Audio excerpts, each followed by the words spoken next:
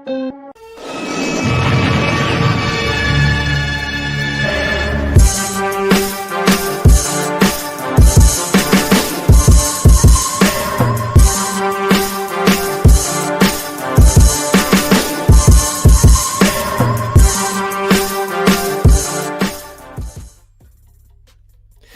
up, everybody? Happy Monday.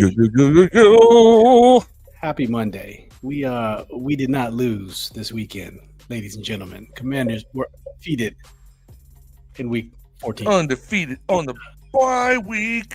That's right.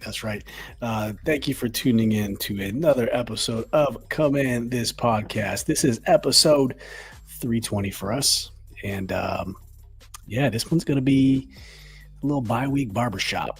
I know the bye week was last week, and normally Mondays would be the post game, and there's no post game. So now it's a barbershop. And we got a couple topics coming up. We're going to talk about, whatever comes across our mind, the games from this weekend. Jay-Z and P. Diddy. Probably a little bit of that. And then we got top 5 most hated Washington Redskins football team commanders players in history, and the top 5 most unsung heroes in the Washington Redskins football team commanders history. We'll do that at the end. So yeah, ladies and gentlemen, here we are. We got Monday Night Football on. We got the Bengals at the Dallas Cowboys on Monday night. Jera and the crew getting it on. I'm watching Knicks game. Oh, are you? Are you now? Yep. Dev said Knicks tape.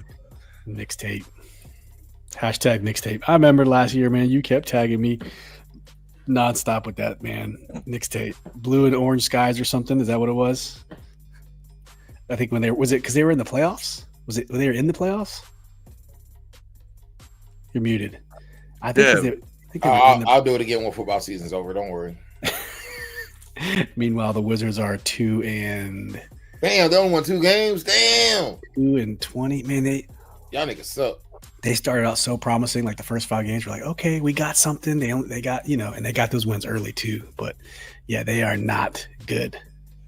Oh, they're terrible. We knew they were going to be terrible. We just it's a rebuild year for them, and they are not good. Is formally booty juice. 3-19. Sorry, I didn't give them enough wins. They didn't win their last game, but they won one before that. Yeah, they're not good. They are 3 games back of the number of the 14th slot already. Oh man. Oof. Yeah, man, they're not good. And somehow the Cavaliers. Well, they're starting. The Cavaliers starting to come back to earth. They're 21-4, but they're only 6-4 in their last 10. Yeah, they did start the season out 15-0, but I don't know. Starting to come back to earth a little bit. Celtics are hot, Magic are hot, Knicks are pretty hot. When the Wizards suck, it's really hard for me to enjoy basketball. So I watch when I can, like the Saturday games or the Sunday games. But other than that, man, I couldn't give a shit. I love basketball. I love playing basketball, but it's just something about when the Wizards are so bad, it just makes it so hard. Now, football, I could watch a game of football no matter what. Oh no, because I like it. Because even when Washington sucks, I love ruining my Sunday mood. Yeah. I know I have to go to work. I know I have to go to work, and I'm in a bad mood because the game didn't go our way, and we just got our ass kicked again, or something like that. Yeah, 30 years of that, man. Yep. Living with that dread of, oh God, we got to go to work tomorrow. We sure do. What's up, Marcus? Marcus Edlin, SportsView 2 on Facebook. Marcus, make sure you guys go check him out. Thank you for popping in. Deuce, Red Zone in the lab, said, yo, what up? Never sit at the chair when the barber says, I got you, homie. Well, you know what? Guess we end up with this. Yeah, boy, you ain't got to worry about it. I go to a barber every once in a while just to get a clean razor. I like straight blade. Oh. I tell you what, I understand why women go to the hair salon and get pampered and all that. You go down. I go down and see my boy AJ, him and his Chinese factory of Puerto Rican barbers, and always get one of them to clean up. I need to actually go get. I screwed up my beard over the weekend. I get to get them clean that, but just get I can shave my own head. It's nice to sit there and let someone else. You sit that feeling that straight razor going. Gotta go to their skulls. Takes it all the way down to the skin. Feels fantastic. Hey, my DollarShaveClub.com razors do the same thing. But I know what you're talking about. It's There's something relaxing about it, man. I have a straight razor. You don't know how to use one? My barber. When I had a barber, I poked myself in the eye with an M&M wrapper this weekend. Do you think I trust myself with a straight razor? No. And you shouldn't. You should not. Phil. I literally just threw that little story out there. Poked myself in the eye with an M&M wrapper this weekend. You'll shoot your eye out. Speaking of which, hey, so I want to talk about first and foremost the college football playoff. All right. Lots of drama. And I am a extreme fan of chaos in the college football ranks. I'm so happy there's so much chaos. Alabama didn't get in. A lot of people are pissed off. Nick Saban, people are pissed off. Oh, strength of schedule. Win your games, man. Win your game. Now they're talking about, out of conference games, but all of Alabama's losses were in the conference, the 3 lost teams in the conference. So now they're saying we should just schedule lollipop games all season. So this is the perfect balance and harmony for people to leave the SEC. You spent years building the best conference in college football, air quotes, and now you're fucked for it. You're screwing yourself over. Excuse my language. So this might bring parity to the conference rebalancing of power. But I, for one, was watching SMU. I was hoping they would, beat Clemson. Watching Clemson, hoping they would beat SMU. It was just a great time. I like this new 12-team playoff. What do you guys think about this new 12-team playoff? Man, I don't care about college football now that I watch Penn State and Oregon, the Big Ten championship. Which, by the way, Oregon in the Big Ten just feels absolutely wrong. I mean, well, it's all new, man. It's new. Oh God, but that whole, I don't know. People can't get used to why. But I will say this: the old AP rankings were always nice, just in the fact that it always created discussion because you always had an argument. There was never only a handful of years where the top 2 teams were clear cut, this is your number 1, this is your number 2, and even then, you always felt it always seems the team that you thought should have been number 1 got robbed. When you had 2 top teams. I don't know. I just feel yeah. So this is the bracket. This is the bracket right here. This is insane. So Oregon number 1, Georgia number 2, and Carson Beck is out. So they're gonna be playing. They beat Texas with a backup quarterback. And come to find out, I just realized Texas.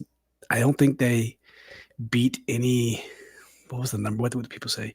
They didn't beat any. Was it ranked? Not ranked teams. I'm trying to remember the number. They had an easy schedule too. Boise State at 3, 4. That is that US? I don't even know who number 4 is. I don't even know that symbol. Number 4, that is Arizona State. Arizona State. Jaden Daniels' alma mater. Sun Devils. 5, UT, Quinn Ewers. 6, we are Penn State. Who took it to Ohio State?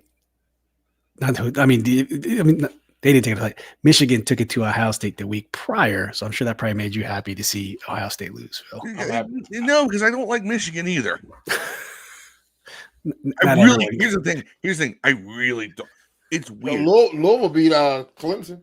That should have been Notre Dame. The thing is that I actually, that should have been as a Penn State fan, this sounds almost like heresy. I hate Michigan worse than Ohio State. Really? Louisville lost to all 3 of those Oh teams. God, I've always hated Michigan. Hate Michigan everything.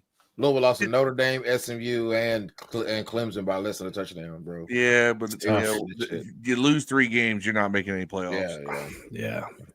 And that's what all the people from Alabama fans think. Well, we lost to, we beat a bunch of good teams, but we lost to their losses were all to unranked teams. You know what I mean? So here's the story. Here's the story of for me. Besides Penn State, look at number 10 is University of Indiana. Indiana. They had a very people could argue. Kurt Signetti, coach lollipop of Indiana. Schedule. Coach of Indiana is Kurt Signetti. First year. Do you know where he came from? What's his name? Kurt Signetti. Signetti. No idea. He was the coach at JMU. When JMU was making that play to get into the college football bowl series, even though they were not technically bowl eligible because they were undefeated, and Pat McAfee comes down here to Harrisonburg and says, "Yep, I remember. This is a football town. I remember. This is a football team. This is a program, and the NCAA are a bunch of dumbasses." They took it to Virginia Tech that year. Kurt Signetti was the head coach that was. There's 3 coaches in a row that ascended JMU to the FBS, right? Signetti was the last one. As soon as he gets an opportunity, runs to Indiana. And I'm like, does Indiana really offer that much more money? I mean, in football? I guess so. But there's basketball. I mean, Indiana's it's a Big Ten. Yeah, the Hoosiers, man. The Hoosiers is a movie made out of them. It's like you have a chance to you're building a dynasty potentially. Now, granted, JMU still had a great team this year. You know what, Phil? You would be happy in College Football 25 video game. I started a franchise with JMU. And I've been after the second year, we finished 4th in the NCAA. And I got offers from all the big schools. I turned them down. I'm in year 3 with James Madison. I'm just sticking it out, man. I'm going to see my recruiting is going through the roof. I'm getting all these 4- and 5-star recruits who want to come to the school now. I'll be honest with you. You know, like a lot of people go to Georgia, and everybody talks about University of Georgia is in Athens, Georgia. It's a college town, right? Yeah. Harrisonburg is becoming that way, right? It really is becoming a college town. The great thing about Harrisonburg is that it's not only a college town. So a lot of people stick around. So there's a lot of new businesses and jobs popping up too. So a lot of people graduate from the school and they stick around the area. I visited Life University at Athens, Georgia before. It's pretty dope. Really? Yeah. I actually considered going there. I wanted to go there pretty bad actually, but didn't work out. But I like the idea that JMU, that a school like JMU is going to do this thing with everybody going back and forth in the portal. All these 3- and 4-star guys that don't quite get paid attention to, they all trickle down to a JMU. And they're the types that will play 4 or 5 years for you. So I'm interested to see how that plays out. But I probably watched. He is a recruiting genius. That's one of the things he does really well. Now, they just lost their offensive coordinator after these bowls. He's gone to replace Eric Bieniemy at UCLA. The bar is low. Hey, I'm just saying, 6 degrees of everything here. I might have watched one non-Louisville football game all year in college. I could give a fuck less who wins this shit, dog. I don't like college football in the fucking least, dog. Like I don't care who wins that shit. Honestly, I won't probably watch a game unless it's just for FanDuel purposes. I don't care. Yeah. Like I quit watching. Like I watch Louisville. I'm a casual college football fan. I like my team. That's it. I can care less about any other games. I don't know anybody that plays on any of these teams you got on the screen. The Georgia quarterback, I kind of know. I know Manning at Texas. I don't think he starts. Basically, the only person I know out of any of those teams. Not gonna lie. I watched 0 college football outside Louisville and some Colorado games this year. All right. I mean, Maryland just landed the second best. The number 5. Maryland has a number 5 quarterback out of high school this year from Severn, Maryland, staying home. They have the number 6th ranked tier offensive lineman from Virginia Beach. Is the second best Maryland quarterback good though? No. The second best high school guy coming out of the senior this year. Out of the state? Out of the country. Oh, the country. Okay. He's 5th in his position. What's he He's play? overall ranked fifth 50th. overall, second in his position. What's he play? Quarterback. Malik Washington, and they just landed a 5-star defensive tackle who was Malik Washington sounds black and fast, bro. Y'all might be y'all might be onto something. Y'all might be getting a fast black. You know what I'm saying? Look. Maryland has never had a problem getting fast blacks. They've put out skill position guys. DJ Moore, Stephon Diggs, all these guys. I'm talking about a quarterback though. Then Talia Tagovailoa. Again, we talking about you gotta be good also. You can't just be. He ain't black either. Good. He's Hawaiian. Talia was good. Talia's problem is he's 5'11". He ain't black though. He's Hawaiian or some shit. That don't count. It's not black. Only if he plays offensive or defensive tackle, right? It only counts as black if you're a wrestler.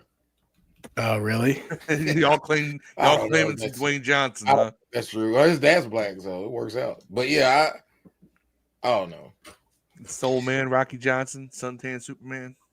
Yeah, I'm trying to find the other dude who they just landed to. They just landed. I do watch Sports Center though, so I do know like who's good. But I don't. I thought Alabama would not. I would love to see Boise State win it all, just because it would piss off so many people. Man, Oregon's gonna walk his shit. Oregon ain't that good. Penn State handed Oregon the Big Ten championship. Oregon, man, they got a bad bracket too, man. They got a harder way to go to Georgia. Georgia probably go. Georgia got the easiest route, bro. What's up, Yam? Since college football seedings are whack, you literally have teams that are ranked outside the top 10 now with buys. Man. Georgia gonna beat the shit out of Penn State if they get there. That Penn State might not get past SMU. Penn State is gonna play Boise State. Penn State's not going to Georgia's playing the winner of Notre Dame. They're not beating SMU, dog. Louisville lost SMU. I watched them play. They're not beating SMU. Let's put something on it. Let's put a friendly bet. Penn State versus SMU. I got SMU. I'll take Penn State in that one. What do you want to bet? $10. $10. Nah, cash. It got to be funny, man. Oh. 5 shots. No, I'm just kidding. I can't drink. I'll be out here fucked up. Y'all don't want to see me drunk. Yam says they need a huge injection for our football program. I think Yam's talking. Yeah, I think Yam's a JMU guy. It's even better with all the VA players on the team now. Yeah, Maryland same way. Maryland got it.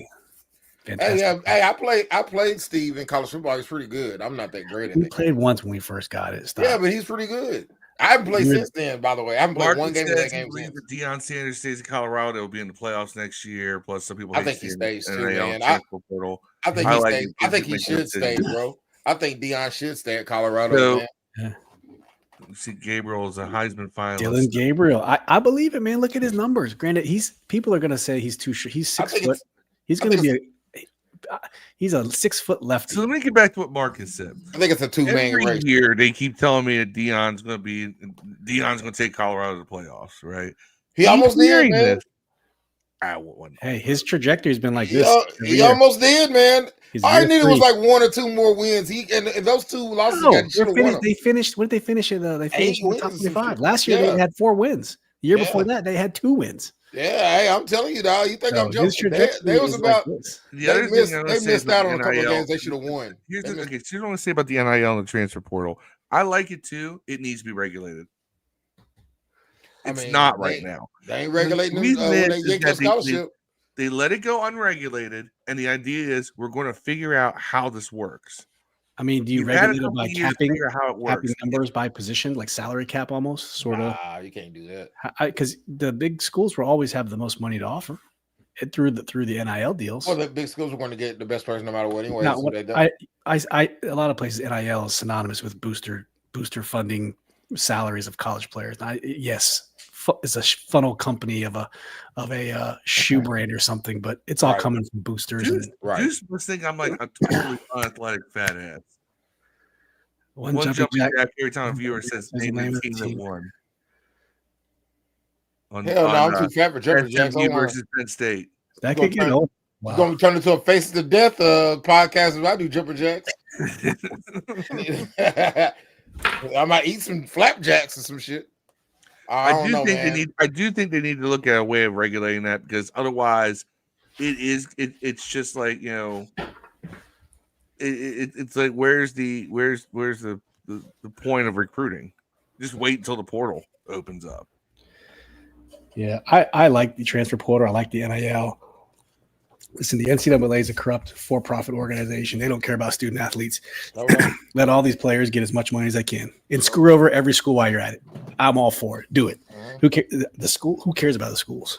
Speaking of schools, man, Louisville, y'all need to, if y'all listening to me, man, y'all need to get rid of their dumbass Adidas contract and get Nike, dog. Niggas don't want to play in stripes. Checks over stripes, bro. This is lame. You're gonna be Louisville. You're gonna be a 3-star recruiting ass school the rest of your fucking life, dog. Unless you go back to Nike, dog. You're gonna end up like Georgetown, bro. Remember them guys? Remember they used to be a basketball mecca? George fucking Town. You're gonna let them like Seton fucking Hall, bro. You're gonna end up like them. Hey, another 2 to 3 years, you're gonna be forgotten about, bro. Hold on, Dev. I'm glad you brought that up.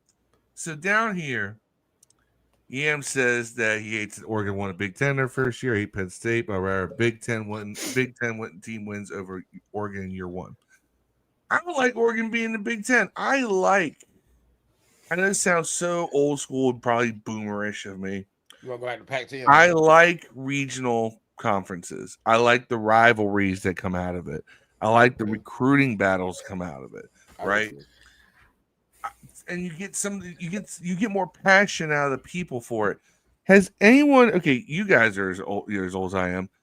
Big East basketball in the 80s and 90s, before all those big expansion. Nothing beat it. It was you couldn't beat it. It was the Catholic. It was Georgetown. It was DePaul. It was Seton Hall. You had the Catholic 7 plus UConn.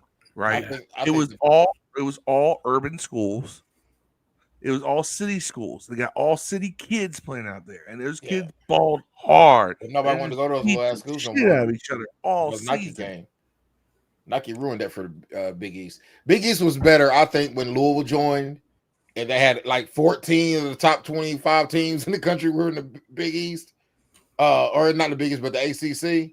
And then the Big East, back whenever UConn and Louisville was in Big East, the Big East, that and St. John's was good.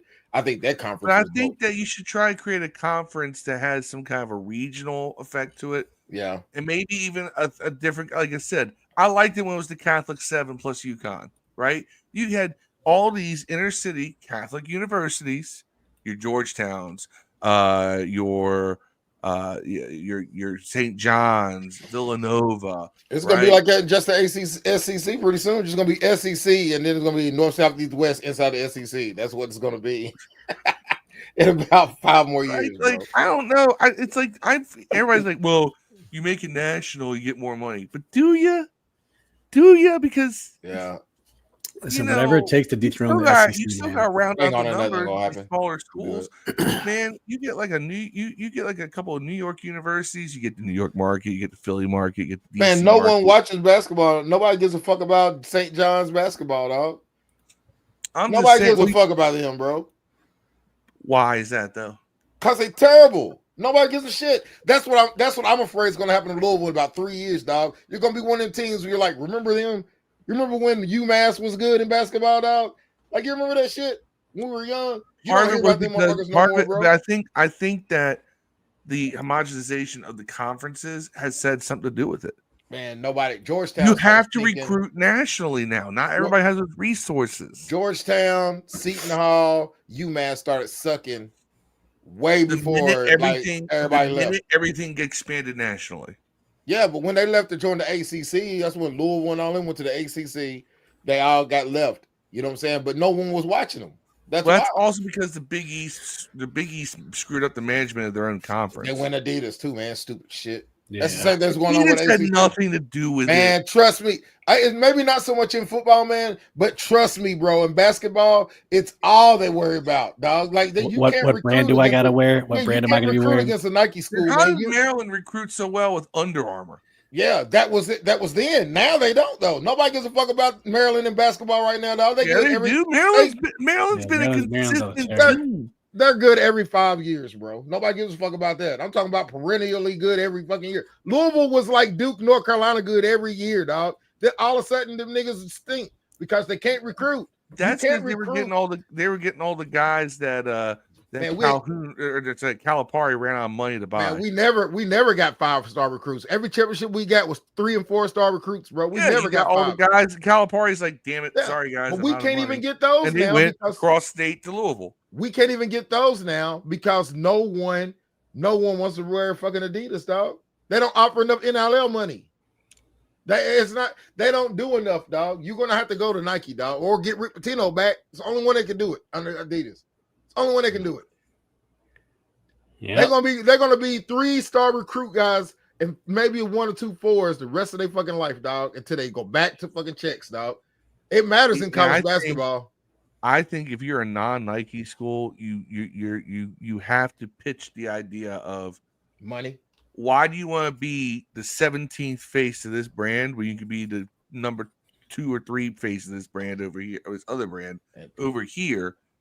If anyone's going to resurrect this brand to be bigger than what it is, it's going to be you.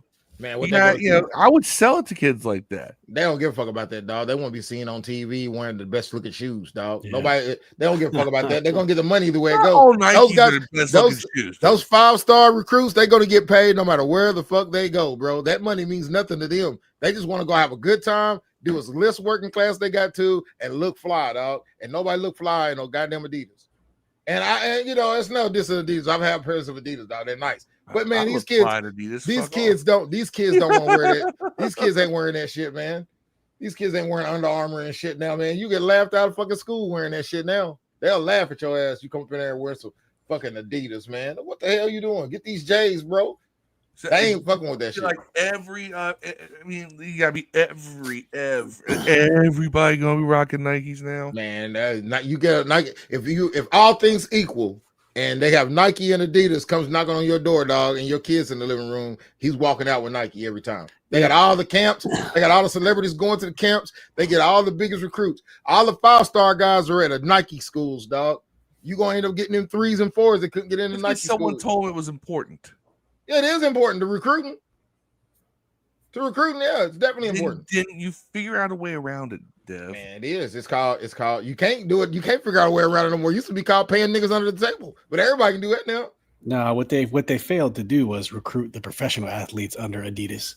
yeah, that's what. That's how you start it, and then it trickles down. Like, that's what happened. Who was the last big Adidas athlete? Kobe. Derrick Rose. Kobe. Yeah, RG3 was hot for that. Kyrie has some dope ones, but they clowned him out of there. Yeah. Well, Kanye's had the biggest shoe in the world, but he's not an athlete. Yeah. It's just wild, man. Like, it's really in basketball, it's real big, man. Especially if you start messing around up there with the Dukes and all them shit. I gave up on being a sneakerhead when they started giving every rapper their own shoe. These kids ain't even sneakerheads, dog. It's just a brand. It don't matter where the check is on their body. They ain't care about the shoes, dog. They just want to be associated with Nike and Michael Jordan, bro. Yeah. That's what it really is. You and 200 other kids. What makes you special? All the top 5 kids, top 5-star kids are all Nike. Go look at them. And guess what? The 12th man on your team also wearing Nikes. Yeah, no. That's what I'm saying. The 12th man on Duke is better than the 3rd man on Maryland. Wrong. Wrong. Shit. I guarantee Duke ain't even that good anymore. Duke's like number 3 in the country. They got the best player in the country. Cooper Flag. Best player in the country. Going number 1 Flag easily. Is good. And they got the other white dude, Philip Plasky, whatever his name is, just Cooper Flag. I feel like Cooper Flag has been in college for like 18 years. He's only been in there for like 9 games. It's Tennessee, Auburn, Iowa State. Like Duke is number 4. About him at Duke, like the entire decade. Man, Kentucky's number 5. Yeah, all them dudes got all them dudes. I'm just saying, man. All the recruits are going to all the recruits are going to fucking Columbia because they're a Nike school, man. It's crazy. Fucking Alabama's getting out recruiting Louisville in basketball. What fucking world do you live in? Mark Stevens says that Rutgers don't have Nike, but they're getting 5-star recruits. Man, when? In basketball? Rutgers is Adidas, yeah. Yeah, one every 10 years, man. You hear about them one every 5-10 years. I guarantee they had a Nike transfer coming, that motherfucker. I'm just saying, man. Like, you can't continuously be good in Adidas, dog. You're gonna be good every couple years. Every 5-6 years, somebody will show up. All right, the schools that include Adidas. Here we go. Arizona State, Georgia for basketball. Arizona State, Georgia Tech, Grambling, Indiana, Kansas, Louisville, Miami, Mississippi State, Nebraska, NC State, Rutgers, Texas A&M, and Washington. Now, name how many basketball schools you think. When you think of basketball schools, Louisville's only one of them motherfuckers you think of. They ain't even good Indiana. no more. Indiana and Kansas. Yeah, Indiana ain't been good since the Hoosiers. Yeah, Kansas ain't been good since. Kansas is okay sometimes though, but they just sometimes. It's like I'm saying, Bill Self. They good every 3, 4, 5 years, dog. Most of these, you go down that Nike school. They're mostly football schools. Yeah, look at those Nike schools, man. The first 5 or 6. Yeah, crushing it. It's crazy. Kids have their attributes, man. They have their things that they ain't gonna some are being close to home, some are being the prestige of the school, some is the coach, some are the brand. Man, top 5 players don't give a fuck who the coach or who the coach is. If you going to Duke, look at Kentucky. Anyways. They got Mark Pope. They got Mark Pope as coach, man. Ass, dog. They got the best recruiting class in the nation. Outside Duke. It's Duke. Oh, yeah. I'm talking about UK. Ass though. They got their coach ain't even better than our coach. Ass though. Still, they get all the recruits because Nike, dog, and the brand. Louisville, when Pitino was at Louisville made more money in basketball than Kentucky did every fucking year. Here's the thing. You talk about Maryland doing good once every 5 years, right? Basically. No. Here's the thing. Let's run through Mark Turgeon. And Mark Turgeon was a great X's and O's coach. He's a shit recruiter though, right? Yeah, if you're a shit recruiter, that's the point. His first couple of years, he was trying to rebuild things. Last year's in the ACC, 17-15, 25-13, 17-15. Then you get 28-7, 27-9, 24-9, 19-13, 23-11, 24-7, and they probably would have gone deep into the tournament that year, but that was COVID year, 2019-20. Who beat them? No, there was no postseason held. No, I'm talking about when they go last year. They go to tournament last year. No, they did not go last year. They've had a rough 2 year. No. Last year they year before they went. They were pretty decent. They were like 10 games over 500 if I remember something like that. Yeah, but that sounds like what I'm saying. Every 4 or 5 years they're good. That was 2 years ago, and then they went to the tournament 2 years before that. They would have gone to the tournament the year before that. But that's what I'm saying. See, it's hard to talk basketball with you guys when y'all have never been good. Now, y'all talking about going to 2006 NCAA championship. Louisville and Kentucky used to be teams where you can't miss the tournament 1 year, dog. You might not ever have a job again. There's no every other year we make the tournament. You talking about that's insane to think of. The Terrapins have been in the tournament 7 out of the last 10 years. Yeah, but 7 out of the last 10 years ago, because you fired at Louisville. Yeah, remember we won the O2? No, it doesn't. Not now. Not now. Yeah. So I'm trying to tell Dixon, Steve Blake, Lonnie Baxter. That's what I'm trying to tell you, Phil. Not now. We're getting ready to end up like you guys. We're gonna be like fucking Maryland, dog. We're gonna go from being one of the upper echelon college basketball schools to just being they're all good. It's cool to have them on the schedule like Maryland. And nobody looks at the schedule and sees Maryland there besides the school in Maryland and be like, oh man, we got Maryland. Nobody thinks of y'all niggas like that, man. We don't care. We don't even care if y'all better than us, dog. Which y'all probably are. But we don't give a shit. That's not a game that I circle. They've lost their luster. They've lost their luster, generally speaking. But I think that's how Louisville's headed, man. That's what. And Louisville is how they're headed. Louisville under Kenny Payne's won 12 games in 2 years. That's what I'm trying to say. You can get under Chris Mack, they were no better. No good. Last 5, 6 years since Pitino left, dog, we ain't been good, bro. And they're about 3 years away from being in the time Georgetown. In the time that since Pitino is okay, we gotta be 35. Perfect. Actually, this is perfect.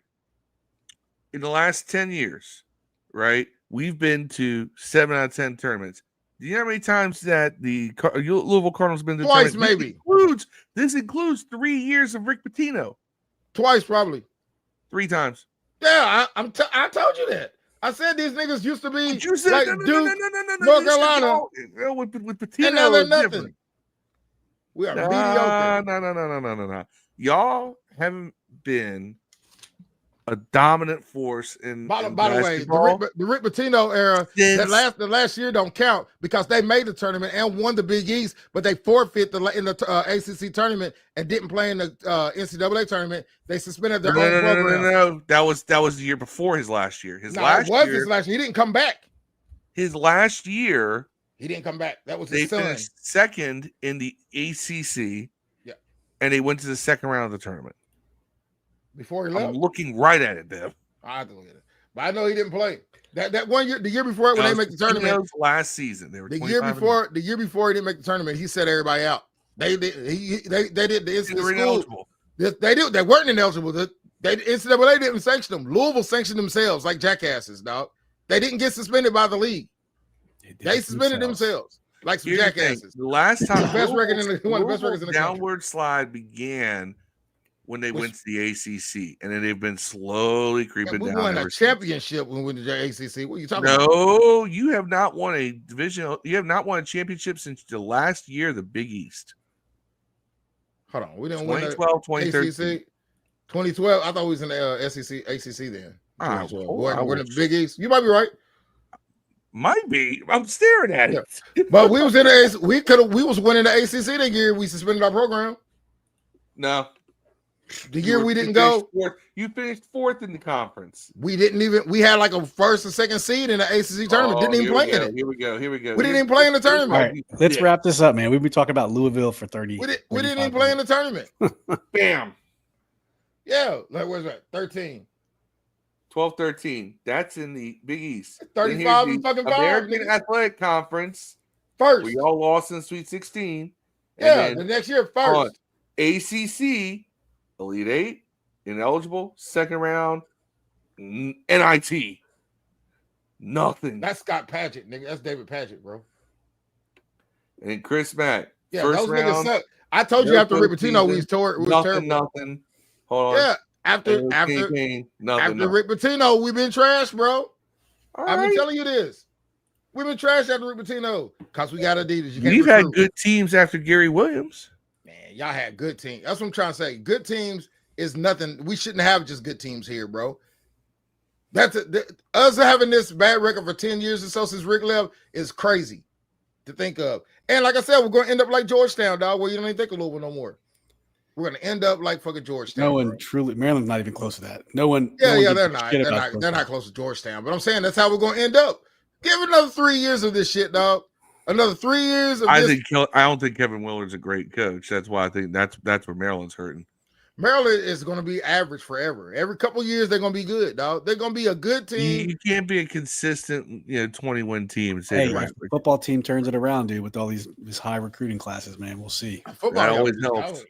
Always helps. Anyway, poor Joe Burrow, dude. You know that meme that we used to use for Terry McLaurin about that McLaren sitting in a trailer park? You seen that meme? That's Joe Burrow, dude. He's arguably he is a top 5 quarterback in the NFL. And his team's 4-8, man. He has 30 touchdowns, 5 interceptions, dude. Dude's playing out of his mind. And his team is 4-8. Well, he can't stay healthy. I'm just talking about this year anyways. Man. And after last night, I think Josh Allen has the first place of the MVP race. No. He does, dude. After last Lamar, night. Saquon, then probably him. No. Man, Lamar's still top 2 or 3 in yards, touchdowns, and then has to go get 1,000 yards. Lamar's right there. I think Josh Allen yards last night. Passing yards. You're biased, Dev. I am unbiased. You are biased. I am, but I'm willing to say Saquon. But look, Lamar's leading the league up until last game. I don't know if the last game was leading the league in passing yards, passing touchdowns, rushing yards for a quarterback. Probably gonna have 1,000 yards, dog. He's having his best season ever. The defense on Ravens is stinky, and he's already beat that nigga head to head. So I'm thinking it's gonna be Saquon, bro.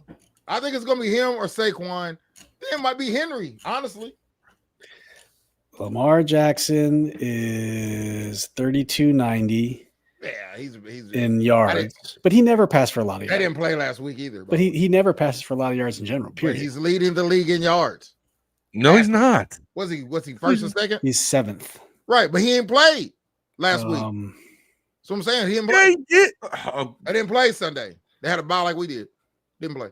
He's got all right, but that means I think he was leading up until last week. The last because time he had an extra game on a lot of those guys in that list. I'm just saying though, he was leading when I looked at it last. I don't know. Yeah, he's got 29-3. He's killing, dog. He's killing. Joe Burrow's got 30-5. Yeah, but you gonna have 1,000,000 yards when you losing every game, nigga. Do it when you win in most games. I don't think Lamar gets to 1,000 yards this season. He's going to be leading the league in passing yards or in the No, top because he 5. doesn't have to when you got Derrick Henry back there, and he's not trending. What's he at now? I think Saquon would be second, if not first. I think Allen's in the top 3 of this discussion, but I think it's Lamar and Saquon. Allen. If Allen had to beat Lamar, I'd be like, maybe you're right. And Saquon beat Lamar, but Lamar had Lamar played well that game. They just defense can't stop shit. So Lamar is beating Josh Allen. I don't know if this is every time, but like one or two times. Every stat. Yeah.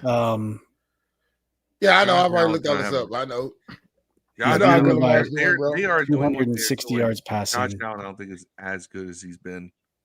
Well, no, the total touchdowns is tied. Yeah, Josh Allen is a good player, man. They both have 32 total touchdowns, Dev. Yeah. Lamar Jackson beat him head to head. Yeah. I think that matters. And their record's better, and their team is better. Their conference is actually harder too. So I'm going Lamar. And I'm going with Saquon after that. I can't deny that nigga, dog. But Allen's in there, man. Allen's in there. Shit. Sam Darnold might fucking be in the top 5, bro. No, I think they should get rid of JJ McCarthy and just sign Sam Darnold to a long-term deal. I don't know. He's gonna be a free agent. Danny Downs might be signed to that deal, bro. Look, man. I don't think Danny Downs is trash. I just don't think he's good. I don't think he's great or nothing. I just don't think he's an all-star. But I don't think he's trash.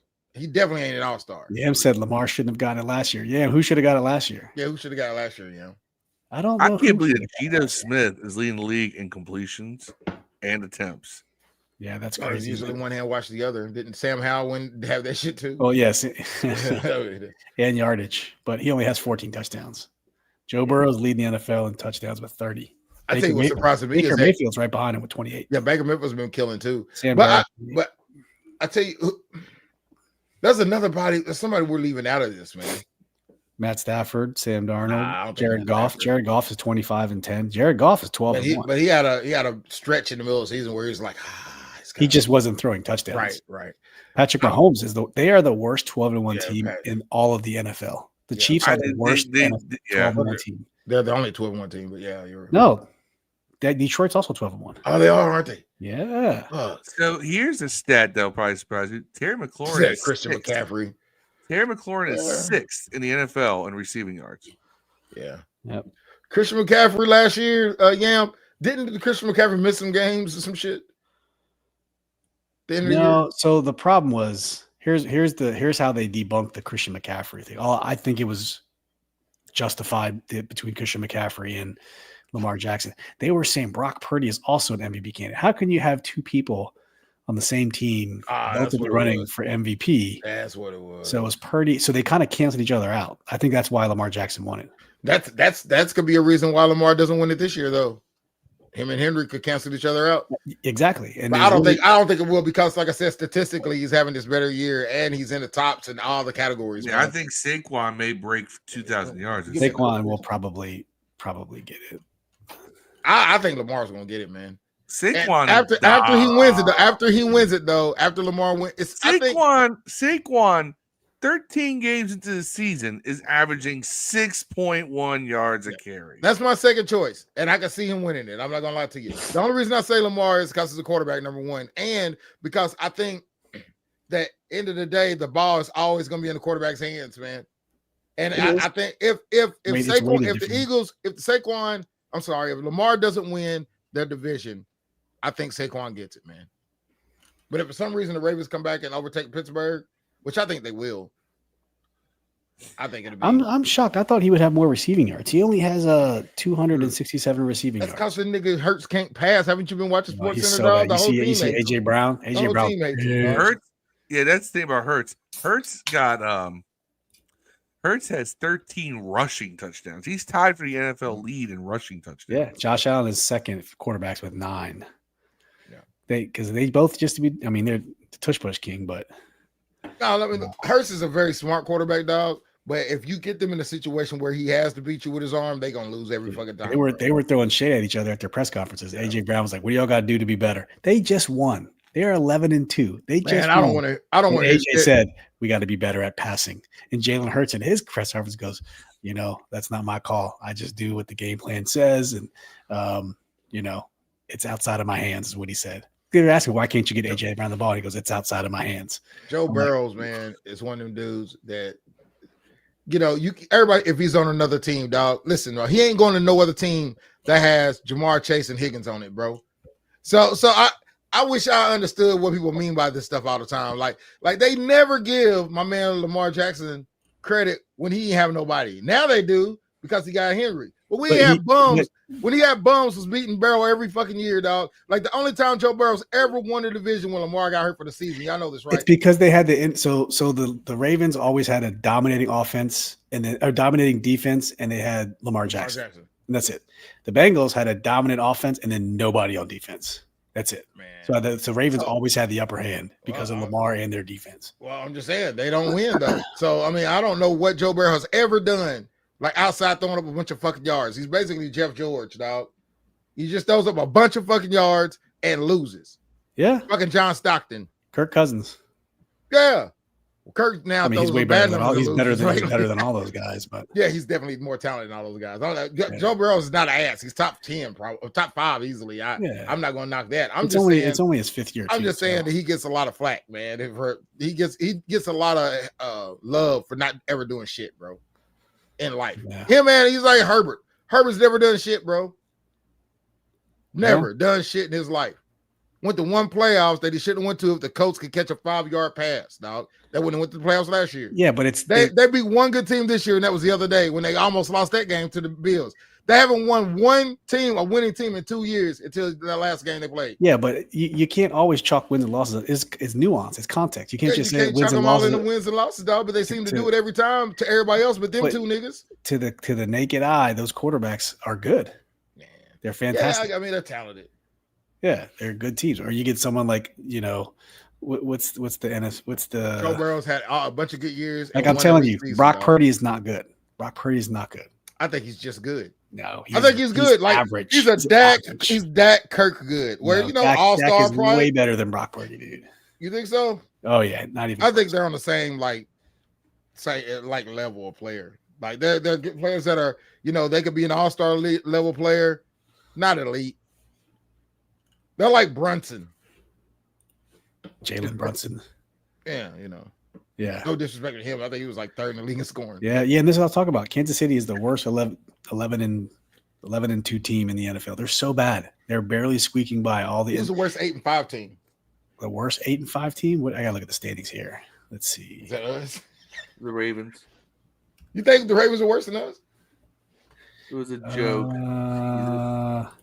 Division standings here. So the Ravens are 8-5. Texans are 8-5. Texans are frauds, man. They could be the worst 8-5. I think we beat them. Actually, hey Dev, the Chargers are 8-5. Yeah, that's a hard one though. The Broncos are 8-5. That's a tough conference. I think we beat the Broncos, but hey, and that's it. Nope, Seahawks. Seahawks. Here's always been my problem with the Chargers, man. The Chargers have no reason to ever be bad. They have like 3 All-Pro Hall of Famers on defense, and up until this year, they had like one of the best receiving corps in football every fucking year of Herbert's life, and he still never went to the playoffs, dog. Like I can never. We looked this up. None of that was true.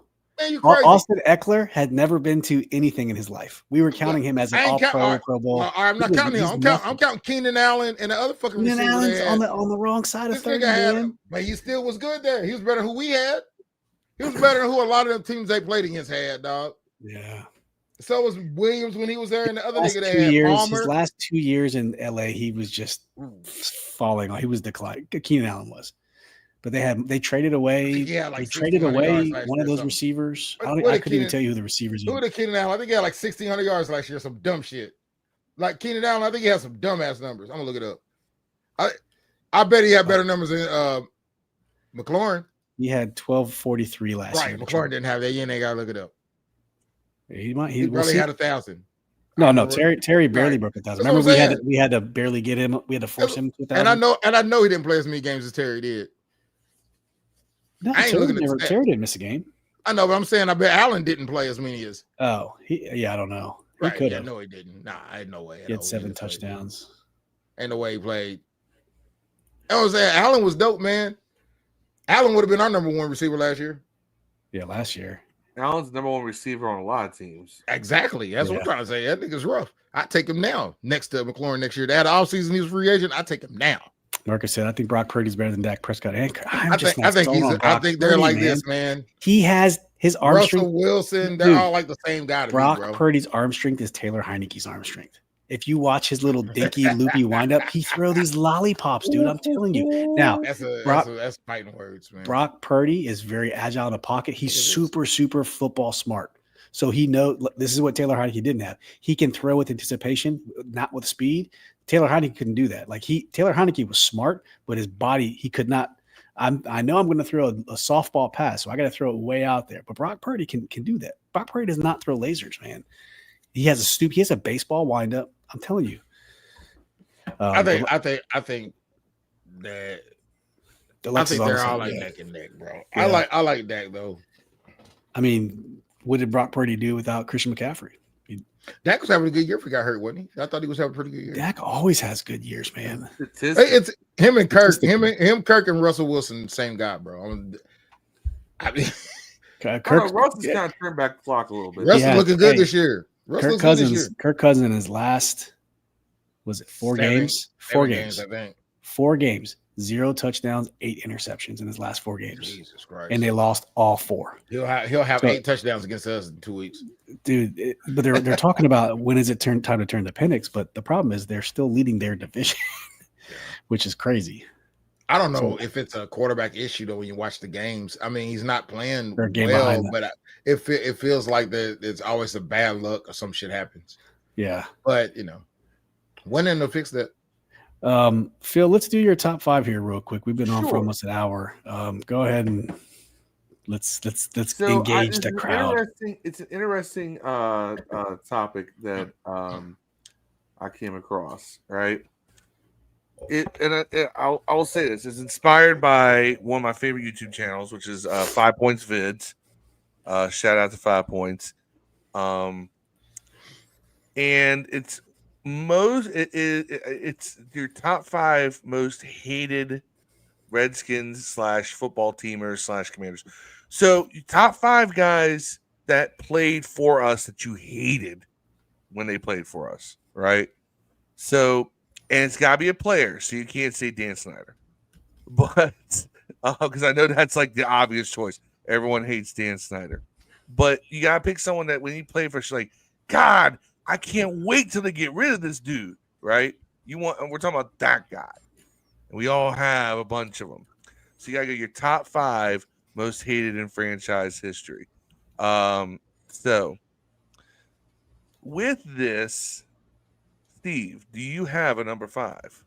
Yeah, I think for me, I'm going to go with Michael Westbrook as number 5. We drafted him, big wide receiver out of Colorado. And if you remember him, he was, all the rage. He ended up beating the piss out of Steven Davis, our beloved number 48 running back. He was, and then, I think Westbrook went on to have an MMA, go do MMA. But yeah, he's my number 5 most hated Redskin. I never liked that dude. He never really amounted to anything on the field. He had 1999. He did have one season. Yes, he did. Yeah, he could have been great. Him and Albert Connell both. Yeah, Connell, who's someone else who's honorable mention of being hating too for stealing from his own teammates. But I won't talk about him. But yeah, he's my number 5. Excellent, Dev. What about you? I didn't do the list, but somebody I hate. Can't you? You have anybody in this team that you were just like, God damn, I hate this dude. Yeah. Adam Archuleta. Yep, that's a good one. That's a good one. Oh, I knew Archuleta was going to come up on somebody's list. Of course. Yeah. Archuleta, God. And I caped so hard for that dude because I was like, man, he was an all-pro with the Rams. Yeah, he's got to be good for us, right? It's either him or fucking Hainsworth. I'm sure that's everybody's number 1. Yuck. Can we pick coaches? Do what? Can we pick coaches? Nope. Gotta be players. Because Shanahan was going to be. Easily. Oh, I love Shanahan, dude. He was not. I didn't like him because he played too many games with the players, man. Like, you didn't have to make Hainsworth do that dumbass shit, bro. And then, Hainsworth wasn't without fault, obviously. But you just made it worse. You took a guy who was a decent player the year before you got there, dog. Well, you change your defensive system. You pick your best defensive talented player and change him around, and then not expect him to be mad. He shouldn't have been that mad. He should have been professional about it, but took him from he played at that position. When he decided he wanted to play, he was good. Yeah, I'm not saving Hainsworth from we'll being get more blamed. Hainsworth because I know he's going to come up again. Yeah. So my number 5, it is just like personal. I could not stand this dude because he always seemed to get just toastified. Adi Jamo. Who? Y'all remember Adi Jamo? No. Adi Jamo was a backup corner that Joe Gibbs just kept. I do remember that motherfucker, dog. Yes, I do. Joe Gibbs kept him around forever, and I never understood why. Because all that dude ever did was as a backup corner was allow some third string receiver to get 20 yards behind him at all times. Supposedly great special teams player. That's why he was kept around. But I was like, you can find another special teams player. Get this guy off my goddamn team. What's his name, Phil? Adi Jamo. I remember hating that dude. Jimi. 2003. I don't remember him at all. Weird. Oh, I do. I just remember him pissing me off all the time. like if there was a time you did not need somebody to blow it as a defensive back, he'd find a way. Yeah. So yeah, Adi Jamo, number 5. It's not like he was like a star or anything, but he's just one of those guys that's like, can we get this guy off the roster, please? Yeah. Okay. So, all right. Number 4. I guess we'll go back to this one. Number 4 for me is going to be I really hate to say this, LaRon Landry. Oh, dude, he's on my list. LaRon Landry had all the talent in the world, really did. And when Sean Taylor was back there, Area 51, great. Area 51. Area 51. That whole deal with him, wearing 30, and then you had Sean Taylor in 21. Area 51. Sean Taylor masked a lot of LaRon Landry's deficiencies because LaRon wasn't asked to do as much. But LaRon was all when Sean Taylor died. What did LaRon do? He came out there and he's talking about how he's going to take over, and he was really talking like he was going to be that guy, right? And as soon as they move him to free safety, he finds ways to drop interceptions. Puts on 35 pounds of muscle in the offseason. When I first started picking him, when he put on all the muscle, I was like, good God, this guy's going to be laying people out. Dude, yeah. 40 yards downfield, he makes a tackle from behind, and he gets up and he starts celebrating like, he just nailed some quarterback for a game-sealing sack. I'm like, stop dancing, dude. You allow that guy to get 40 yards behind you. Yep. Oh, LaRon Landry used to piss me off constantly.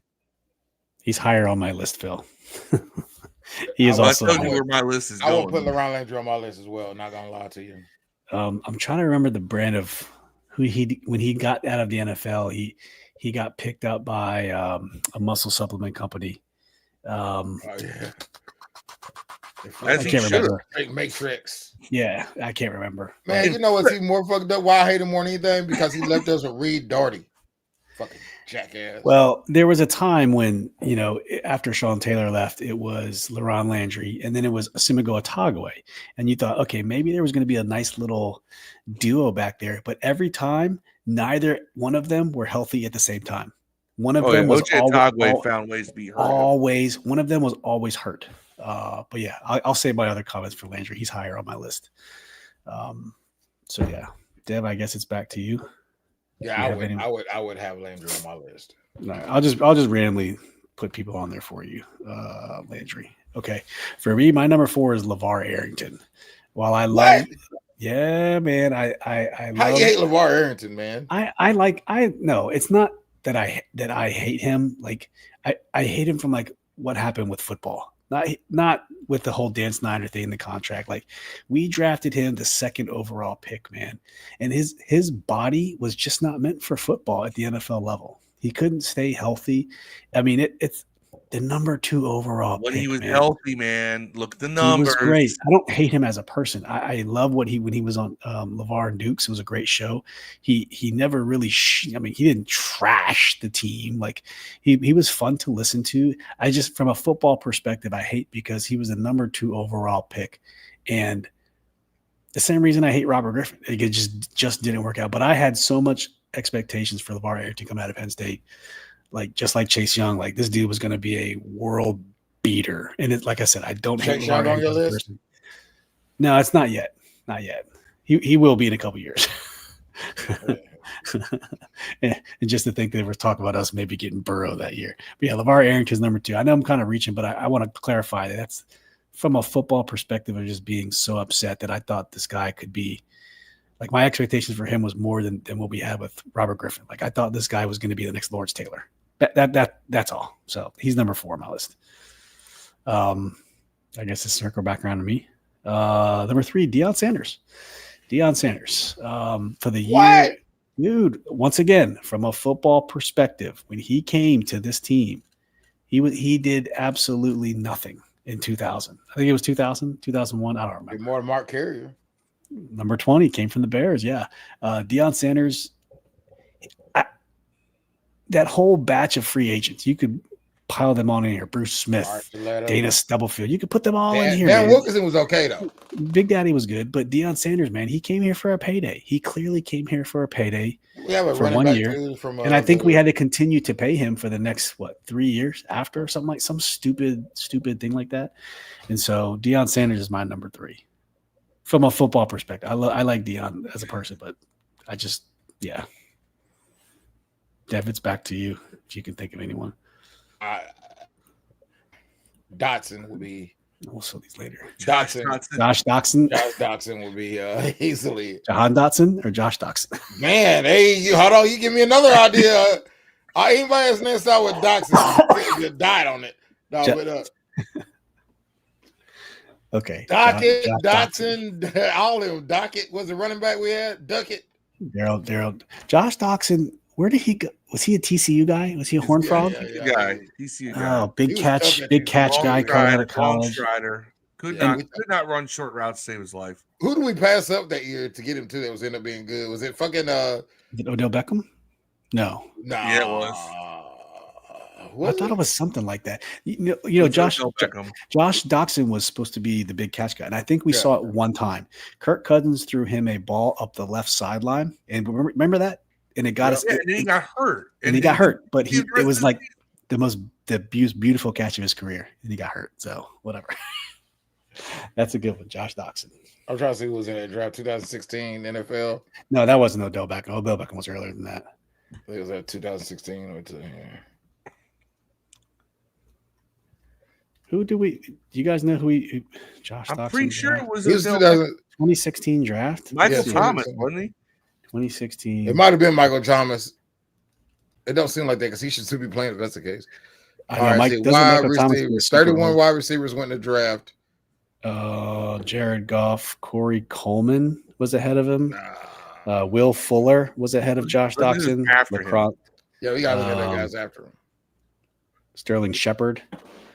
Michael Thomas was second round, number 47. And William Jackson III, he came here. He's on my list. That's the next pick. Go ahead and put him down. Tyler Boyd. Sua Cravens. Yeah. Jesus, Sua Cravens. Tyler He's an honorable mention on mine. Braxton Miller. I'm still reading. We could have had Xavier Howard, Noah Spence, Malcolm Mitchell, Pharaoh Cooper. That class was really bad. DeMarcus Robinson for wide receivers. Derrick Henry was there in the second round. Jordan Payton, Trevor Michael Thomas. Oh, Tyreek Hill. Tyreek Hill was a 5th round pick that year. Yeah, a lot of people messed up. No one running a 4.2 was going that low again ever since. My number 3. I just blanked Tyler on Boyd, Jesus too. Christ. Oh, Sean Gilbert. Oh, Forgot about him. Did he from the sat out or some Panthers. shit? From the Panthers. Sean sat Gilbert out. came. No, he came from Number he came from the 94. Rams. Number 94. Yeah, he came from the Rams. I thought he He came was from an the All-Pro. Panthers. He was Hainsworth before Hainsworth. I thought he was on the Panthers. He was not a Panther? He went to the Panthers after us. Oh, okay. But he was an All-Pro with the Rams, right? He was a first-round draft pick of the Rams too, right? Comes to us in his first round of free agency, and he's supposed to be. And the thing is that we got his battery mate, defensive tackle, along with him with Mark Boutte. Mark Boutte was great for us. Sean Gilbert decided he was going to put on like 40 pounds of fat and just become absolutely useless for us. Yeah. And we paid a ton of money. It's funny. We paid a ton of money for Sean Gilbert. We paid peanuts for the guy who played next to him for the Rams in Mark Boutte. So we got both of the Rams defensive tackles, bring them here, and only one, the guy who doesn't get the big contract, is the one who plays well. Sean Gilbert went on. He was out there like 340 pounds, and he was fat and slow and weak and had a horrible attitude. And oh my God. And I remember thinking, we got Sean Gilbert. My little 11-year-old, 12-year-old ass is all excited. So I'm like, we got Sean Gilbert. Sean Gilbert's an All-Pro. This is gonna be great. Wrong. He decided just come to DC. I guess he just got a whole too much mumbo sauce. Didn't he sit down? Didn't he sit out to be a free agent? I refuse to play. Yeah, he did some stuff like that too. That's my number 3. So I guess it circles back to me for number 2. Yep. Number 2 is Jeff George. Jeff George. I toyed with him on my list. He was on, then he was off. He was on, then he was off. And I figured someone else would put him on. So that's the sweet justice. And here's the thing. All right. If Jeff George doesn't come here, we have a good run with old Brad Johnson. But Dan Snyder didn't like Brad Johnson. Brad Johnson didn't have the big sexy arm. Who had the big sexy arm? Jeff George got the big sexy arm. Jeff George also couldn't win games for shit here. All right. If you want to know like how bad Jeff George was here, I'm gonna pull up these numbers because these are gonna make you just puke in your soup. Let me pull this up here because Jeff George was terrible. Jeff George, first of all, his record as a quarterback in general is awful. In Washington, Jeff George played in 8 games, started 7 of them, went 1-6 as a starter, went 136 to 236 for 57% completion percentage. Jefferson Jorge. 7 touchdowns, 9 interceptions. Was this in 2000 or 2001? Both. Okay. He was released in 2001 after 2 games where he went 0-2. And in 2 games, threw for 168 yards as a starter and threw 3 picks and no interceptions. Didn't he get Norv Turner fired? He got Norv Turner. Actually, Norv Turner got Norv Turner. Yeah. Well, no, and the weird thing was Norv Turner got fired. We were 7-6. Figured that one out. For Rabisky. Yeah. And great offensive coordinator, by the way. Yeah. Shouldn't, guy was handed a terrible situation. So listen to this. So 2 games that Jeff George starts in 2001 when we got rid of Brad Johnson, we got Jeff George. Dan Snyder's happy. Here comes Jeff George, Mr. Swagger. Game 1, we played the Chargers. We lose 30-3. Game 2, we played the Packers. We lose 37-0. Put up a grand total of 298 yards of offense in 2 games. Oh my gosh. He was the number 1 overall pick, if I remember. Huh? Wasn't he the number 1 overall pick? Jeff George at Indy? Jeff George was a number 1 pick. Yeah, was he number 1 overall? Let me take a look. Indianapolis Colts. I had his rookie card. He went to Indy, and he was terrible there, but Indy was terrible. He was the number 1 overall pick in the 1990 draft. Then went to the Raiders after that, right? He was good with the Raiders. He was somewhere else. Atlanta's where he was good at. There we go, Atlanta. The run and shoot. His first year in Oakland is his best year. Oh, okay. Threw for 3,917 yards, 29 touchdowns, and only 9 interceptions. He had 2 decent seasons, if I remember. Maybe 3. In Atlanta, he had 2 good seasons. Yeah, he was an all-star in especially Atlanta. He was good there. Yeah. Okay. That's where we Yeah, thought he we wasn't got. That's what we bad thought we in got. He Atlanta went to until that. he couldn't get along with his coach. Didn't he go to the Bears first, then us, or what was that? No, he went Indiana. He went to the Indianapolis Colts, then the Atlanta Falcons, then the Oakland Raiders, then the Minnesota Vikings. I remember he Where was he good had a there pretty too, good right? year. Yeah, he was good there. He had a good year with the Vikings too, and that's where we brought him in, and Shit to bed. threw for 7 touchdowns and 6 interceptions in 5 starts and 6 total games. 1-4 record though as a starter. He always had a habit of throwing interceptions at the worst time. Who took over for him? Yeah, that's what it was. Jeff. Who took over after him? After him, Tony Banks. Tony Banks, number 12. That's right. We played, and here's the thing with Tony Banks. We played the most conservative offense ever. Run, pass. Run, play action, pass. Yeah. But it worked. But because it wasn't fun, and once you were behind, you weren't coming back. Yeah. That team was positioned. Again, we get in a position to have a team for the next 5 years that's going to win games, but because it isn't fun, or because it doesn't have enough stars, old young Danny Boy just blew it all apart and whatever. I mean, I get it's the same mistake a lot of us do when we play bad. No patience, but of course, nonetheless, Jeff George, Jeff George. Dev, who's your number 2? I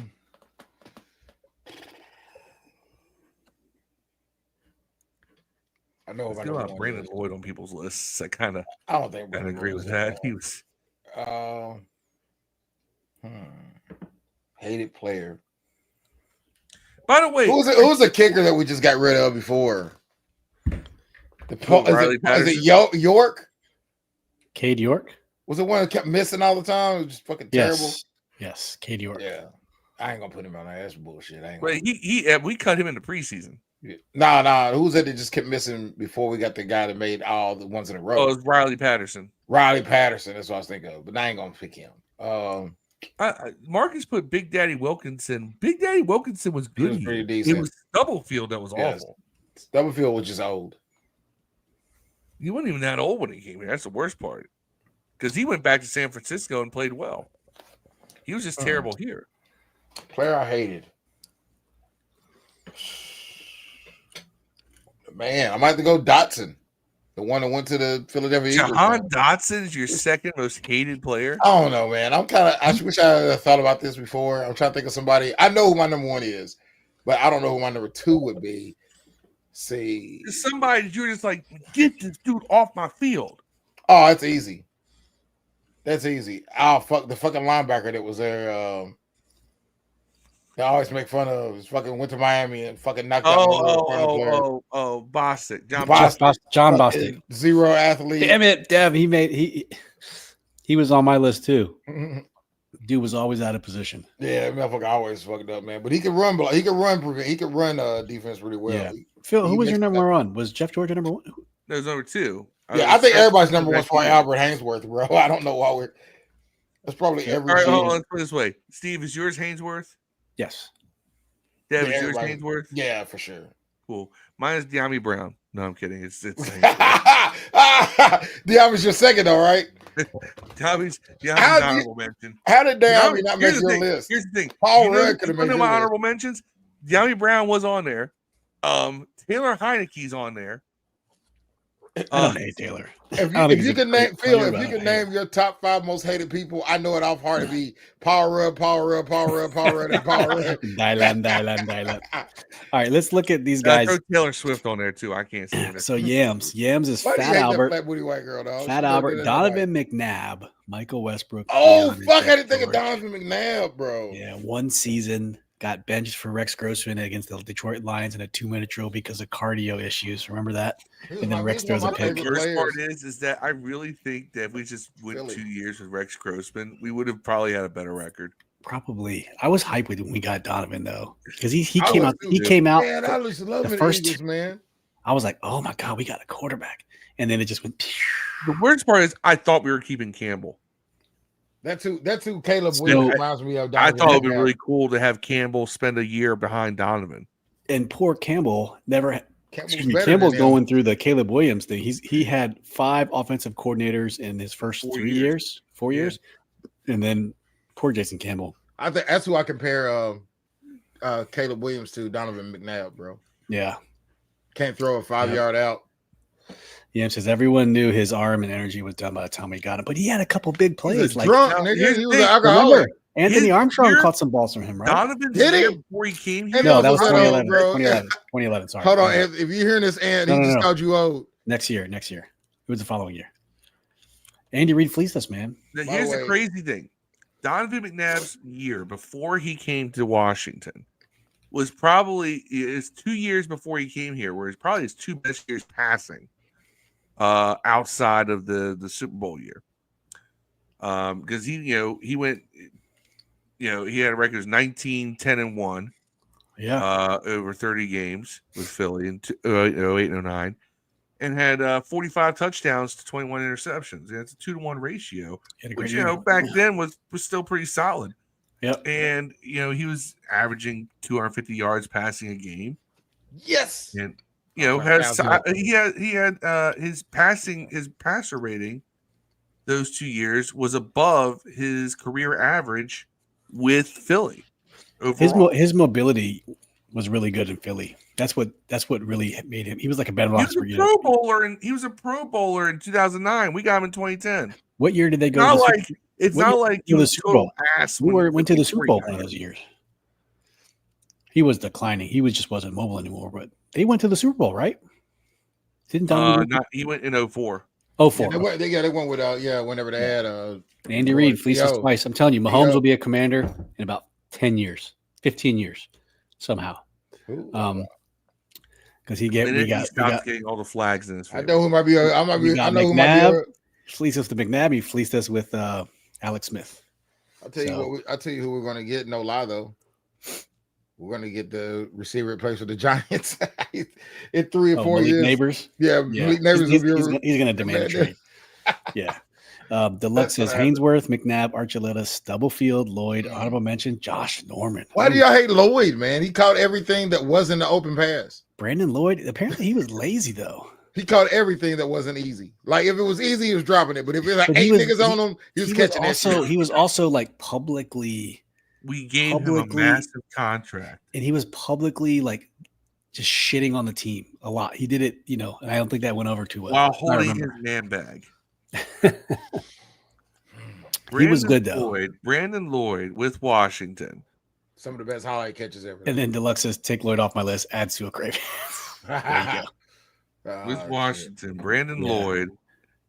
His first year with us was 06. 23 catches, 365 yards, no touchdowns. His second year with Washington was in 07. 2 catches, 14 yards. Yeah. He did not get back. Actually, his best seasons came in 2010, 2011. Broncos. Yeah, with the Broncos in 2010, where he had 77 balls for 14, 48, and 11 touchdowns. Again, that guy catches everything with 5 niggas But on him. But wide open. it was 3 years after he left this team. So it's not like he left and immediately got good. Right? Even in San Francisco, like he had 14 catches, 43 catches, 48 catches. Then he came here. Who's the most disappointing player you would think? Just one. Like you had the most expectations for, and they were just shit. Like draft pick? What? Anywhere. Schuler. Who? Heath Yeah, Schuler. Man, that's 94. probably it, man. Number 1 overall pick. No, he was number 5 overall or something like Man, that. we dropped the ball in so many avenues. Deluxe says Alex Smith wasn't a fleece. I think he 10 was. and 5, 10 and 5, big dog. Listen. Men Okay. lie, women lie. We won games in spite of Alex Smith. Alex Smith didn't win those games. He He made just some didn't plays. lose those I games. mean, he made some plays. I remember he made that one play without the ball in his hand. Remember that shit to win us a game before? He made some plays. I remember that he ran the ball off the field. Yes, I'm just Yeah. saying. Yeah, well, he made Alex some Smith plays. He's a winner. He's a decent quarterback. He only has one good season under his belt, and that was the Tyreek Hill season, where all he did was just throw bombs, and that was an anomaly. He only had he would have won MVP. He barely broke 4K, and he had like 20, 25, I don't know, 28 touchdowns. He didn't play the last 2 games, most of them, because they was benching everybody at the ends of them games. The last couple of games, Andy Reid was. If he had played them last 2 full games at full, he might have got MVP consideration that year. Now, and I have nothing but intuition to back it up. I don't believe for a second Jay Gruden did not know we traded for Alex Smith. I don't know. It's been more than one person say that, man. No. It's been Jay Gruden saying it every time. No, I think he found out through social media. Right. I think. Dude, Bruce and Dan. Do you trust Bruce and Dan, or do you trust Jay? By the way, Jay Gruden was the best coach. Jay Gruden's the best coach we've had since Gibbs. Nigga, you tripping? He is. Yeah, maybe not. Not counting the new nigga we got. Maybe not the way people like him, but football record. He lasted the longest. He might have been the best coordinator. Crazy fact. You guys know which former Washington Redskins still holds the NCAA single season rushing game record? It's P-Ron. Yeah, 427, dude. It still stands. Oklahoma. Is he Oklahoma or Oklahoma State? He's Oklahoma State. I get him confused. Smackdown Gridiron was probably one. I wasn't disappointed. And they had another running back just as good. I was disappointed in the fact that Jay Gruden he totally I agree. He favored Fat Rob over Samaje Perine. Samaje Perine fumbled the ball once, and he was out of favor for the rest of his. But when Samaje Perine played in college, they had another running back that was better than him. That was what's crazy. There was another nigga there. Oklahoma? Yeah, I'm trying to think who it was, man. It wasn't Mixon, was it? It was somebody else that was literally with him. That's Oklahoma. Samaje Perine was at Oklahoma State. I thought he played with somebody in Oklahoma State that was good.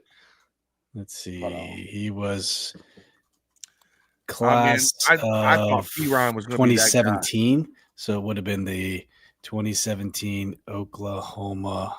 Perine had the big Philly beard on him too. Like any running back that's got a Philly beard on him, he's a monster, dude. Be tough. Yeah, there's somebody else on the team. I thought I could be tripping. I'm trying to see the little rosters. Oklahoma or Oklahoma State? This is Oklahoma State. Oh, not a Sooner. Let's see. Cumulative statistics here. I thought this ass played for Nebraska, so I'm tripping. Rushing. Let's see. Who is it? 2017 Oklahoma State. Samaje went to the Oklahoma Sooners, man. Oh, it was Sooners. Yeah. Oh, it was the Sooner. Okay, my bad. Oklahoma. Probably someone we're not even thinking of, like, oh, dude, like a first round pick. 2016 Oklahoma. Rodney Anderson, 1,161 yards. Yeah, they had another nigga that was. No. Sorry. No, that's 2017. It was Joe Mixon. 2016. Yeah, it was Mixon, right? That's why I was tripping. I was like, I think it was Mixon. Yeah, Mixon. They both had over 1,000 yards. That's like he was the backup. Oh, and Baker. That was Baker. Baker was there. Yeah. He was the second best running back on that team, but the nigga had like 3-4 games where he looked like Bo Jackson. Crazy. Yeah, he was tough, man. And Kyler took over the next year. That's right. Yep. That's right. Yeah. Well, damn. Do we even call that team too? Yeah. Do we even? Do you guys even want to do the other top 5? Win a national championship. Do you guys want to save that other top 5 for another time? Let's talk about P. Diddy and Jay-Z, dog. You tripping? All right, we'll do that. We'll talk about P. Diddy and Jay-Z. Hey, by the way, I don't know if you have, Steve. I don't know if your kids Star Wars fans. Casual Star Wars. There's a new one out called The Skeleton Crew, and it's like Goonies in space. It's pretty good. The little black kid, I want to murder him. But other than that, like, it's just one of them kids where, like, hey, whatever you do, don't press that button. Some kind of way, this nigga always hits the button. Like, he's one of them motherfuckers, hey, everybody stay in one place, don't leave each other, and he always leaves and gets lost at the find him. You know, he's the one that always he's the fat kid from the fucking Goonies, bro. He's always into some shit, but he ain't fat. But it's just Sean Alexander from Kentucky. Didn't he come from Seattle though? Yeah. No, I'm talking about in career-wise. Yeah, career-wise. I think he went to Alabama college. Yeah, it was Alabama. But Kentucky boy. Kentucky boy. He was a monster in high school, dog. He was a legend here. He might be the best player. He might be the best football player ever in the state. Tim Couch has an argument. Yeah, you know, but Nebraska? No, I'm talking about out of high school. Oh. Yeah, Sean Alexander was fucking like he's one of them guys. When you seen that Sean Alexander in high school, you knew that guy was going pro like his freshman year. Like that nigga's going. Deluxe says Dev, it's 100% Star Wars Goonies. Yeah, it's Star Wars Goonies. I mean, you would love it, man. You would like it. Yeah, you would like it. I think the best Star Wars thing nobody talks about though is Rogue One was like my favorite. Rogue One was a good one. Fucking dope. All right, so while we not better than the Penguin though. Here. So I was at Steel City Con this weekend. Right? What is that? It's a convention. It's a Comic-Con up in Pittsburgh, right? Pittsburgh. And I was there this weekend. My buddy was selling his art, and I go up there and sell with him. What kind of art does he do? He does a lot of like pop culture stuff. He does a lot of prints. He does stickers, things like that. And it's all drawings. Steve, if you want to pull it up, it's you follow him. It's Plug Out Designs. If you want to pull that up while I talk about it. Let me tell you something about. We're streaming. I can't. Oh, you can't? I'll pull it up. We're live streaming on Instagram. Okay, so I'll pull it up while I tell the story. Here's the thing. Obviously, whenever you're around a Comic-Con, there's a lot of how do I say this nicely?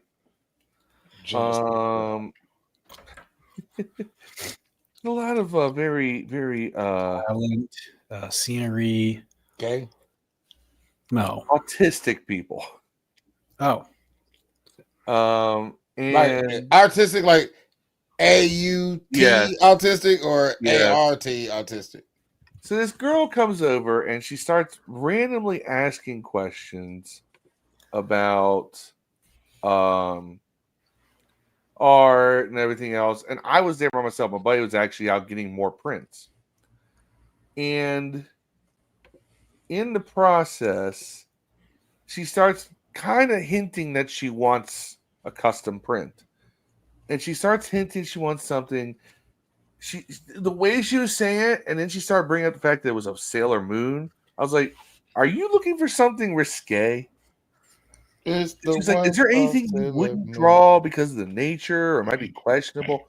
I'm like, are you looking for something risque, something a little sexual in nature? What's the difference between risky and risque, though? You gotta explain that Risky too. is a gamble. Risque is titillating. A pornographic gamble. Yeah. But then she goes, oh no. And then she proceeds to loudly, and I'm talking about to where all these vendors around can hear her, talk about how she, when I was a teenager, I had a porn addiction for 3 years, but now I kicked that all out of my life. I'm like, but you want my buddy to draw almost nude Sailor Moon. What the fuck? But like, you want to sell Sailor's Moon. I will have an interaction like that at least once every time I'm at these cons. So this is my buddy's art. I got it pulled up here. She sounds hideous. Let me see if I can get this. She have on khakis. But he's really good. He actually does a couple different styles. I feel like this girl wore a lot of weird makeup or had eye color hair. There is a lot of that. A lot of cosplaying. So like Annie Potts was there. Bangs going on. Janine from Ghostbusters. Hey, by the way, while you're on that field, Janine from the Ghostbusters is from Bowling Green.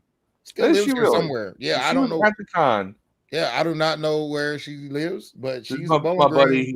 My buddy got to meet Ralph Macchio at the last, not this one, but the last con. Also from the Young Sheldon, by the way. Yes, and then was that Ralph Macchio? Yeah, Hey, I'm a Cobra Kai fan, dog. I gotta finish. I ain't finished it yet. Man, big bro. Yeah, he did a print there. Well, then here's someone else is in Cobra Kai. This is former AEW Women's Champion Britt Baker. Yeah, I don't know who that is. She's from Pittsburgh. She's in the last season of Cobra Kai. I don't know. I don't remember seeing her. Well, she's in the last couple episodes. But she actually saw this piece, shared his Instagram post, right? Got 16,000 views. And she then when she arrived, she told her handler to find my buddy and says, find out where his table is. I want to come see him. Oh, nice. And then my buddy's like, she'll get swarmed here. I'll come to her. So he gave her that copy. She signed a different copy for him. She left this up on her table the entire time, and all that. But it's cool because he did like a time lapse deal, and you can see how he draws it. And I always thought this is cool shit. But we were putting up all these time lapses and all that and all that. But we have different stickers and all this other stuff. But it's cool whenever these artists, these celebrities, they see your art and they're like, I need to meet this person. All right. But Britt Baker's now had 2 interactions like that with us. And it has been nothing but awesome. But yeah, we got all kinds of stuff here. Got Deadpool, Wolverine, and all that. So he does a lot of pop culture art stuff. Cobra Kai. He has a bunch of Cobra Kai prints too. But he did time lapse. Yeah, he did the Cobra Kai time lapse here. Cobra Kai never die. That's cool. Nonetheless, that's the kind of stuff that he does, and he'll do more realistic stuff, and he'll also do like more cartoon stuff, like his cartoon shark.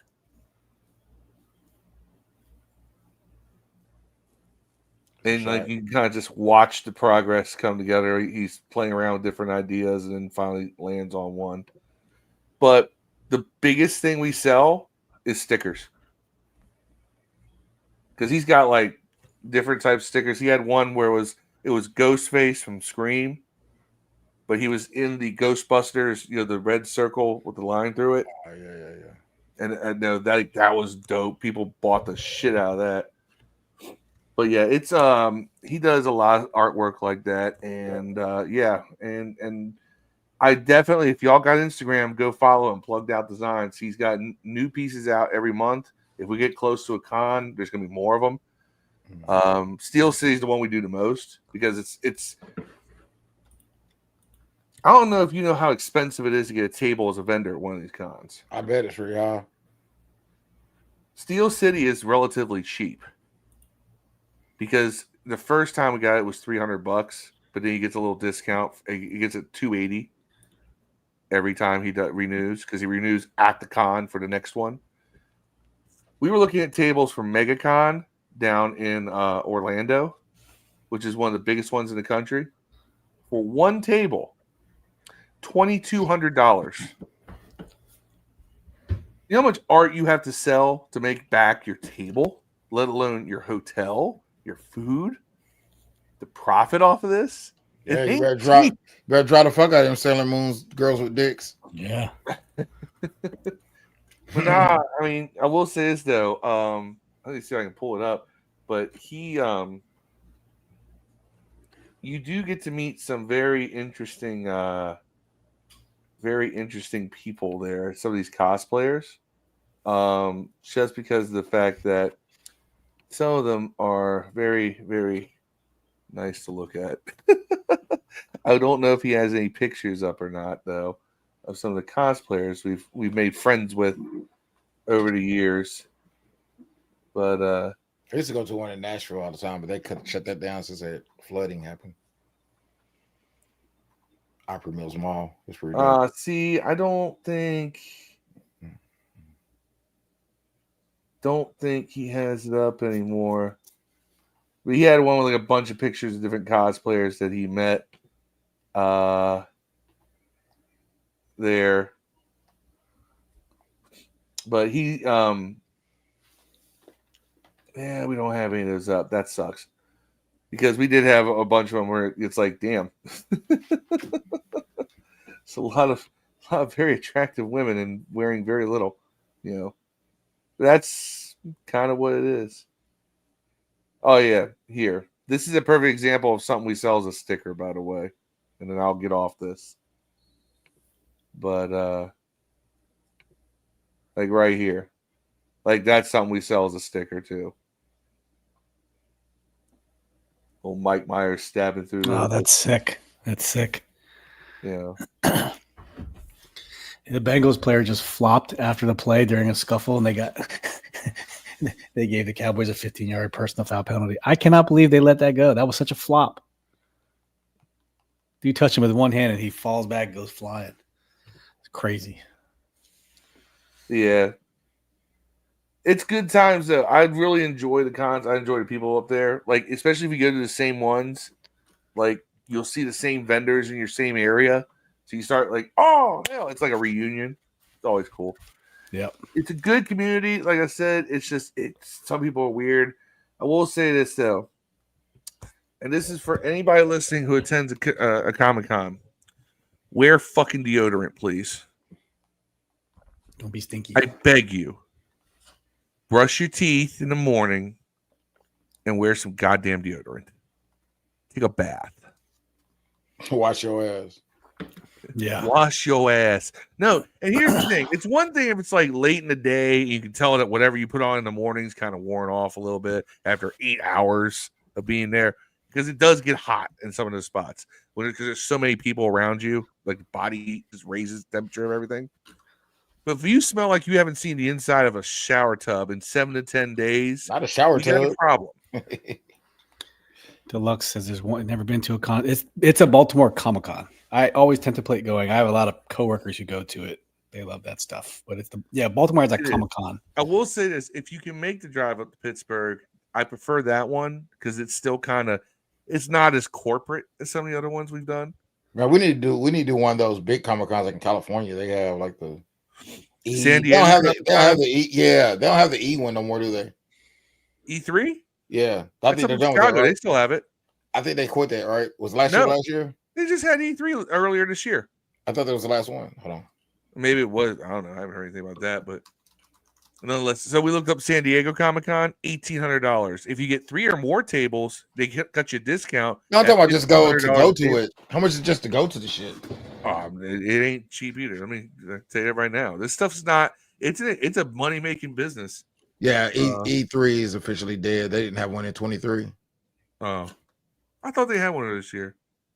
No, Summer Game Fest 24 is what they had this year. It took up the role of E3, but they no longer have E3. The last one was 22. San Diego Comic-Con tickets.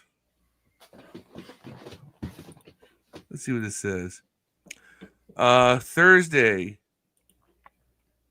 Friday, Saturday, $80 each day, and $60 on Sunday.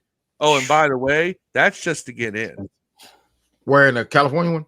Yeah, it's in San Diego. Yeah, it'd be worth going out there, man. Ain't that high? Yeah, but then you gotta pay for each autograph or each selfie or each pro photo op you do. I just go there and look at ass in cosplay. I don't want to take a picture of Chris Brown or no shit. You know what I'm saying? You don't want to take a picture proposing to Chris Brown? Yeah, I don't want to take no pictures with these motherfuckers. I can take a picture from across the room. I don't give a fuck if I'm standing by them or not. No, you not. They will shut that shit down. They're like strippers. Like, yeah, I like when you walk, if you ever been to Vegas, if anybody's ever been there, like there's showgirls walking around with their ass out everywhere. Like, by the way, there's also 8-year-olds running around in the same room, which I think is weird. But there's just all these showgirls, and if you take your camera out, just take a picture of them, they run up on you for $20 every time. And they're like, nah, man, you got to pay for that shit. They ain't playing around. Even just walking around in the casino, wild shit. Yep. I got laughed at because like whenever they do this stuff on Instagram, they don't show the girls with their titties out. When they show all the cosplayers, like they will not. If there ain't no titties, I ain't gonna be there, bro. Yeah. Oh, awesome! No. They won't advertise that on their Instagram because they don't want to. They don't want people. They don't want real niggas to show up. Yeah. Oh man, I see the guest list for AwesomeCon in DC. He's some. I know these people. Do you have a Temu Fest? Because that would be awesome. They had a Temu Fest out of Temu shows. Somebody should do that shit. They have a Temu Fest. There you go. AwesomeCon. Here's all the guests for AwesomeCon. Corey Feldman. Corey fucking Feldman, dog. Yeah, Corey Feldman is a weird dude. He's the only one I give a fuck about. Joe Politano's a good. I like this guy. I like him. Oh, Joey Pants. Yeah. Damn, look at him, Joe. Hold on, go back up to Fonda Lee. Hold on, brother. I don't know that shit. He was Cypher in the Matrix. Joe Politano. Joe Pice, Judith Hogue. She was April O'Neil. Yeah, April O'Neil. Carrie Ninja Green Turtle. from Goonies. Okay. These are all Ninja Turtles guys. I don't know who Max Middleman is. Kevin Eastman made the Ninja Turtles, bro. Okay. Yeah. Monica Kevin Baccarin. Eastman, and there's another guy too. She's Deadpool's girlfriend. Yeah, it's Marina Baccarin, man. She's fine and Yeah. everything. She looks like she's 30. She's like 60. Yo, so you know that Alexa, how old is you want to Marina go back to our Baccarin? childhood? Do you know who was at Steel City? This past I'll take time it was back to Heather 25. Locklear. Still bad. She can't. Ooh, Heather Locklear, Fall Guy. She can't look good no more. At 60, I'll tell you what, she looks good for 63. Who you think looks better, her, Heather Locklear, or the Heartbreak Kid, Shawn Michaels? Heather Locklear, trust me. Hey, Steve, have you seen Shawn Michaels, bro? Does he look like a woman? Oh my God! Look at this nigga now. Google Shawn Michaels. He looks like an old. He looks like what he is. He's an old Texas redneck. He looks like Joe Dirt. Oh, do I want to? All right, so Deluxe, Awesome Con. I don't like it. I think it's horribly disorganized. Miranda Baccarin is gonna be there. It might be worth it. But I did meet Carl Weathers there. That was cool. Action Jackson. Yeah. Hell yeah, my second favorite Jackson, or third favorite Jackson. I got him the autograph of Rocky poster up here. It's the Rocky 2, the rematch poster. That's my third favorite Jackson after Lamar. Shawn Michaels just like an old rugged dude. What are you talking about? That Rocky poster up there is signed by Carl Weathers. He's my third favorite Jackson after Lamar and Arnold Jackson from the Different Strokes. But after those two, my bad. He's fourth. Michael's number one. I'm sorry, I forgot. What about Reggie? What about Bo? What about Bo? I like the other ones more, man. You know, I like the other Jacksons more. About Janet. So this is. I like them more. The other ones more. Yeah. Goddamn! What the hell happened to my goddamn page? Alan Jackson. Now I forgot about him. Country singer. On Chattahoochee. Gonna be all right. Yeah, I don't know none of that shit. I just knew the name. I didn't know not one song that nigga sang. Way down yonder on a Chattahoochee. Steel City is a lot hotter than a hoochie coochie. What's that mean exactly? What? It gets hotter than a oochie coochie. I have no idea. Coochie is kind of warm. Oh, they cleared it out. Coochie is kind of warm. They cleared it out because they're clearing out for April. Okay, never mind. April they took down to December list. So the biggest star there, and I will say this one is, I'm going to tell you a great celebrity story. Probably one of the coolest dudes ever. Matthew Lillard. No, it is. Yes, you do. He was Shaggy in the Scooby-Doo movies. Oh, the guy from Scream. He's the guy from Scream. He was in last year. He was there in December. They did a Scream reunion. This year they were going to do a Scream reunion, but it kind of fell apart. But he still showed up. That dude gets it because he will sit there and talk to every single person that's in line. By the way, the last Scream was pretty good. Can't hate him. He stayed, apparently, both last Comic-Con and this one. He was there till 10:30, 11 o'clock at night. They closed the doors at 8. He says, anybody who's in line, I will meet with them. And he sits there and talks to the kids come in because the kids here know him from Five Nights at Freddy's or they know him from Scooby-Doo, and they're all excited to see him. There's a picture of him. He took somebody's niece, put his arm around his shoulder, and just walked off from the table with them. That's awesome. Then he's like, come walk with me. I got to talk to you, right? And he was telling the girl, he's like, you have 3 facial piercings. You don't need another one. 13 Ghosts is dope. 13 Ghosts. Tony Shalhoub. Now, when I met him briefly, he was coming out of the Pro Photo Op area last December. And he was coming right at me. He's got his handler with him. So I just stuck my fist out and I fist bumped him. And I just said, loved you in Hackers. And it's kept Hackers was dope too. Hackers was great. How old are you in fucking Hackers, man? It came out like 95, 96, right? I was 12, 13 years old. Matthew Lillard will always just be the guy in Hackers to me. To me, he's the guy on Scream. That's all right. Randy Quaid was at this con too. Yeah. And he grabbed the microphone from the announcer. He goes, Randy Quaid's here. Come get an autograph. It's crazy. Randy Quaid. I guess they got to sell themselves, right? Because that's how they make money. It's weird that Randy Quaid has an action star brother. Randy Quaid took pictures in the robe and the tracker hat. By the way, his son also is the kid in character. The kid from The Boys. Vacation. The star of The Boys is Randy Quaid's son. Homelander? No, the son, the guy from the star, the guy that Homelander hates. Oh, the kid, the young guy. Yeah, I he's a forget the Quaid. character's name. Yeah, He's a Quaid. didn't know that. Yeah, I can looks see just that. like him. So Yeah, there was two guys who actually did characters like for the pro photo ops. One was Randy Quaid, dressed as Dennis Quaid. Randy Quaid was in the bathrobe and everything else. The other one who was there that did that was Thomas Ian Nicholas, who was in American Pie, but he was also in Rookie of the Year. He was wearing his Cubs uniform. Nice. I was like, gonna build the boat. I was like, it's Henry Rowan Gardner. By the way, Jack Jack Quaid also in Scream. Jack Quaid from The Boys. Yeah, Deluxe. There he's in Scream as well. His cousin Eddie for his photos. Deluxe gets it. Oh man, he also played Spider-Man in the Spider-Verse. But it's cool whenever you see celebrities who actually like engage with their fans, because you always think of people who have been actors, actresses, musicians as always being like above, right? You always hear stories about celebrities being awful to people. So when you go to these cons and you see the celebrities who are being like really nice and engaging, and they sit and talk to people, yeah, it's a couple minutes. They're getting charged like $20. Time. They're charging like $50 an autograph though. It's like they're just out there having fun and hanging out. 50's on the cheap end, dude. Yeah, you would be nice too though if there was. No, you'd be surprised. Like, shut up, bitch! Give me the $1,000. Fuck you, give me my money. Fuck you, give me my money. Yeah. I was surprised. Like Selma Blair was there. She was hugging up on people like nobody's business. I'm like, damn. If I'd known that, I might have gone get paid $50 to get a hug from Selma Blair. It's like, yeah, what can I get for 100? I seen Cruel Intentions, motherfucker. Yeah, that's exactly what I was gonna say. But hey, by the way, I watched the new Cruel Intentions series. It's okay. It's just okay.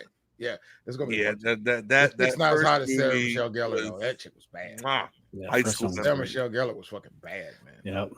Oh yes, sir. In them days. Ryan Phillippe. All right, guys. Yeah. I think we've culminated, man. Wait a minute, man. We talked about 2 hours. Art. We talked about. All right, Jay-Z. talk about Diddy real quick. Let's go. It's almost 2 hours, man. Jay-Z got accused of rape, man. I don't think it's true. That's all I got to say. I had to get some money. Lux, Ashley Eckstein was at this con too. I heard she was really nice. I didn't really. Eckstein. Ashley Eckstein. Oh, from Ahsoka, the one with the cheeks. Yeah, she was there. Oh my god, yeah. She is gorgeous in person. She is very gorgeous in person. Cheeks is cheeking on Ahsoka. She's only on there for like 2 episodes. They killed her ass. What about Diddy? Still haven't seen that either. What? Yeah, I put everything to the side and I started watching Yellowstone. So you gotta watch the Penguin, man. You fucking up. That's the best show. That's going to win every award, bro. Dude. It's going to win every award when Emmys come out, dog. That dude is the best. I started watching Batman too again, it's just like to refresh my memory. It's like The Sopranos, but because they're shooting shooting the next Batman too. Yeah, it's off of that.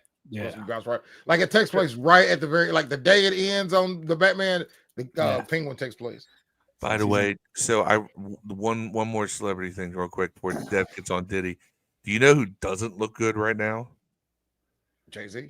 All the celebrities don't make it. Tara Reid. She hasn't looked good in 20 years, dude. She's a bag of busted. Sounds like she smokes dicks. She looks like a bag of busted leather. The voice actually did it for me. But what? I walked by her a bunch of times, like just in passing.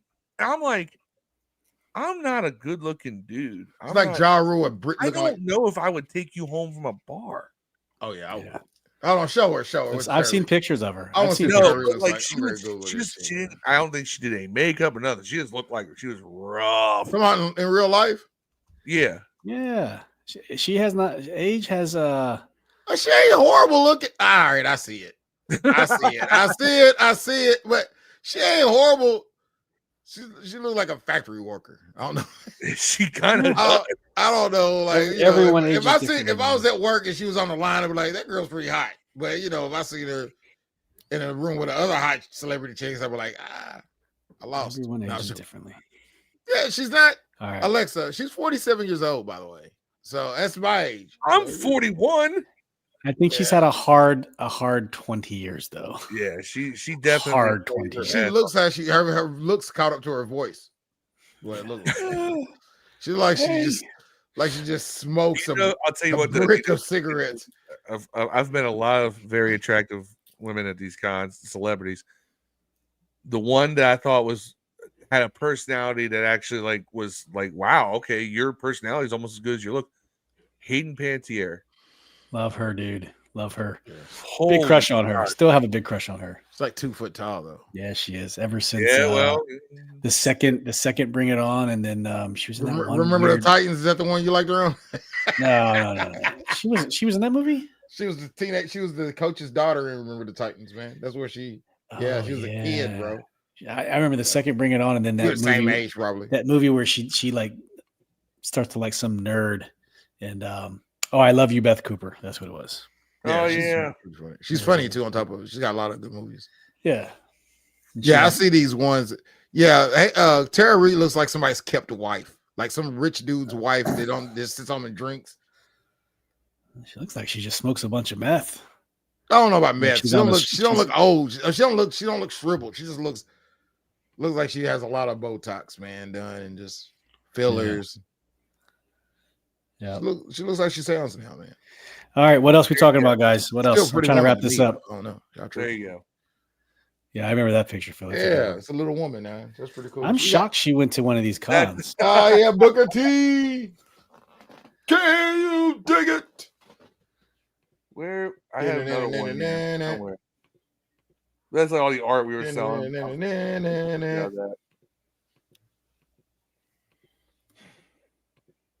Where the fuck? Oh yeah, there you go. Sharon Doherty, rest in peace. 90210 days. And this was like 2 months before she died. I say by the way, that shirt is her Playboy cover. You were the reason, though. You realize that, right? It's your fault. Phil's fault.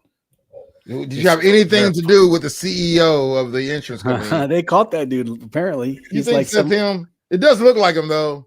Dude, the pistol. Did you see the pistol they found him with? Yeah, a 3D gun. It looked like. No, it's a Glock with a threaded barrel, dude. With a fake. Was it a Glock? See, when I first saw it on screen, I thought, no, 1911. Zoom in, threaded barrel, dude. Zoom in. Yeah, like one of them bags where you couldn't read his phone through it and shit. And his brother, he's cousins with a Maryland State delegate. So one of his cousins, same last name, is an elected official in Maryland. Do you tell him? But he's like an Ivy League dude. He has a bachelor's in computer science. He went to he thought he'd be a martyr. He thought he'd be a hero. He's like a super Ivy League gonna be.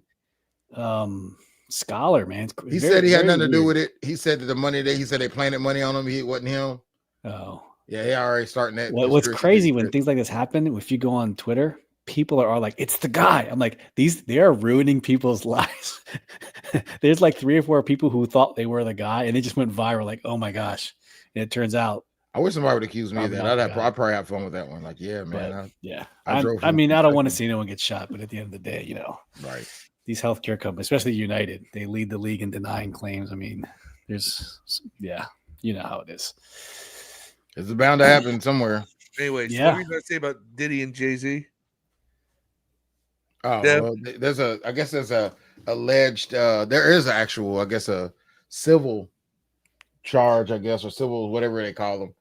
Don't lock me up for saying it because I don't know. So Jay-Z announced it today through Rockefeller Records about his innocence. But this dude, the lawyer went on Twitter a month ago. Same lawyer that also was on the other side of the Watson case, by the way. It's the guy who was on the lady's side of the Watson's case. Yeah. Deshaun Watson. Yeah. So who knows? Usher's lawyer. Who knows? They're trying. Yeah, it doesn't seem like I guess this was something that came out in 2000. We're just not hearing about, but it doesn't seem like it's much to do about anything. There wasn't. I guess the charges didn't even have his name on. It just had Celebrity A, and they said that he would be named if he didn't sit down and have a mediation, which they just wanted to rub him for some money, I guess, to not put his name in the documents. I think that's what it really ended up being. But he was like, "Fuck you, go ahead and do it." He basically said, "Bring it on, I got you." He goes, I dare you to file a criminal charge against me. Yeah, no, they're not going to file a criminal charge. It was fucking 20 years ago. But read his statement on Rock Nation on Twitter. That chick's like 37 now. By the way, yeah, I guess the charge is they said that they basically split roasted a 13-year-old man. Yeah, they both took turns assaulting her. Yeah. I don't know. Terrible. I don't know. I feel like it's more believable as Diddy. I just read the statement. He's coming out hard. Yeah, Yeah, I feel like the only reason I don't really yet believe that is because when Diddy was accused of all this stuff, man, it was on every outlet. Everybody ran with it. Only people you hear about this on is like YouTube bloggers and shit. Like you're not seeing this on CNN, Fox, and all that shit, man. But it could be because Jay-Z has a lot more power than Diddy, and nobody even realized that. If you think about this, no, I don't think. man, I think you underestimate how much pull Diddy still has. no. See, here's the reason I think this, Phil. Do you know that Jay-Z used to own Tidal, right? He sold Tidal to Square. Square didn't like buy it off of him. What they did was they bought it off of him and gave him enough shares of Square to where he's on the board. Like he sits on the board at Square, which is one of the biggest financial institutions in America, dog. And the Square also has a hand in all these other multimedia platforms and shit like that, man, that are doing it all. I think that he controls the media for the most part, you know. What up, be right? Hey, we're just wrapping up. Yeah, appreciate you popping in. I think that's going to be. I think that's why he is. You're not hearing about it as much. He's able to suppress news that isn't legit. You know, I think he's able to not. I think that news and large media conglomerates are going to be hard pressed to put something on Jay-Z unless it's a known fact. They're not going to put some smoking gun. Right? They're not going to do that because he has power enough to sue him. Diddy was just a partier, bro. I think that his influence was wearing thin, not his money. I don't think he was as influential, man, as Jay at this point. Now watching all 10 those years Diddy, ago, watching all those Diddy videos of Justin Bieber, it shit's creepy as fuck, dude. Man, the whole thing's creepy, man. It's creepy. You seen the videos where he comes up to Justin and feels his chest looking for wires, and when he's even younger, and Diddy says, you know, you come over to my house and we'll hang out like Michael Jackson weird. It's just weird, dude. You can see though, Jay, like Diddy never stopped partying, bro. Like the party never ended with him. But you can see like right around Big Pimpin' era. By the way, if you listen to those lyrics, but right around Big Pimpin' era, man, like you can kind of see the change, man, where like it went from jerseys, hanging out in the clubs, fucking with chicks, to wearing suits, kind of not going to them places. Your money, being a businessman. Right. I'm a businessman. I felt like there is where he kind of cut it off. He cut off Dame. You know who inspired him to do that? You can't say did it because he was still doing it. It's fucking Leor Cohen. Yeah, for sure. It's Leor liked Jay because he thought Jay had a business mind. True businessman, yeah. Right. But, and he understood the value of making relationships versus Dame was out there just making enemies to get his point, you know, being a dickhole to people. And in a way, Diddy was like that too. Even Jay says it on the song. He said, hey man, you know what I'm saying? If everyone is crazy, then you're the one that's insane. If you got a problem with everybody else, then you're the problem. You know what I'm saying? Yep. Well, Dame was a street businessman. That's why. Yeah. Jay-Z was a street businessman, but he had a broader mind for it. Yeah, smarter. Diddy had all them kookaroos, man. He still couldn't give up the life, dude. I'm not raping nobody. I got 12 kookaroos. How many kookaroos do you have? Black shoes. You know how many units you sell? You know how many pairs of Jordans 5 black kids wear? Still a funny movie. Diddy had some good moments, bro. It's sad. It's actually very sad, man, for a guy that meant a lot to people, who did a lot of things that they said couldn't be done, for a black guy in the music business running his own shit.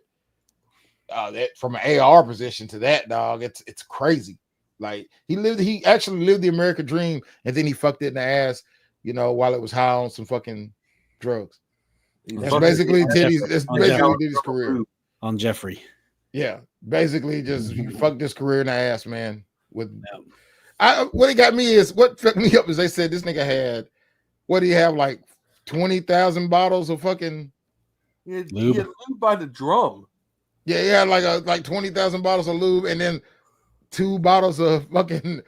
I was like, what, 40,000 bottles of baby oil and 2 bottles of lube? Like, where the fuck did you have 2 bottles of lube when you had that baby oil? Aren't they the same fucking thing? For the record, I think this is where the shocking content alert's going to come in. Well, at least we're doing it 2 hours in. All here's a conspiracy theory about that. Back in my day, you can run train on chicks, man. Now died because of the Diddy party. Can't do that shit. Who did? Brittany Murphy. Brittany Murphy was fucking at Diddy parties? No, because apparently whatever caused her to die, the only way, one of the primary ingredients that causes her disease is something that's found in lube, the lube that Diddy had. People think that maybe she was being forced to suck off dudes with lube dicks, and all that, and she ingested too much of it, and that's what killed her. I thought she committed suicide. No. It was like they want you to think, Dev. No, hold on. Someone explained this to me, and I was like, oh, I don't know. I mean, he had that fucking. She had a heart attack or some shit, right? Yeah. She was transported. She was collapsed in the bathroom. Because the thing is that the same reason Brittany Murphy died is the same reason that supposedly Kim Porter died. She died. I said she had pneumonia and anemia, but she didn't listen to the doctors and just was out fucking running around doing shit, dog. Like, I don't know, I man. think that there's something. What a loss there, though. Her and Amy Winehouse, man. What are some fucking losses, bro? Yep, too early. Yep. Amy Winehouse was a G. All right, guys, it's 2 hours now. I gotta go. I'm trying to wrap this up. Jay-Z not guilty. Nah, he might be. Who knows? All right. Hey, we appreciate innocent until proven for guilty on Lifetime Volume 3. Nah, that doesn't exist. I know this was a little unorthodox. This is how we do our barbershops. Not a lot of Commander stuff, but Derrick Henry cut his dreads out, by the way. Come back for Thursday. Thursday we'll do a pregame for the Saints home game. The Saints will be without Derek Carr. We'll be seeing Jake Hayner on Sunday. Back to your regularly scheduled programming, people. Should be a blowout. But thank you for all those who tuned in. Whether you came and went, said hi, we appreciate you. We'll be back Thursday. Same bat time, same bat channel, 8:35 p.m. for a little Saints preview. Hooty hoo. That's right. Cowboys Bengals 2020 with 9 minutes left. Tune in. Good game. All right, guys. Appreciate y'all. We'll see y'all Thursday. Peace. Au revoir. Inhale. Exhale. Oh.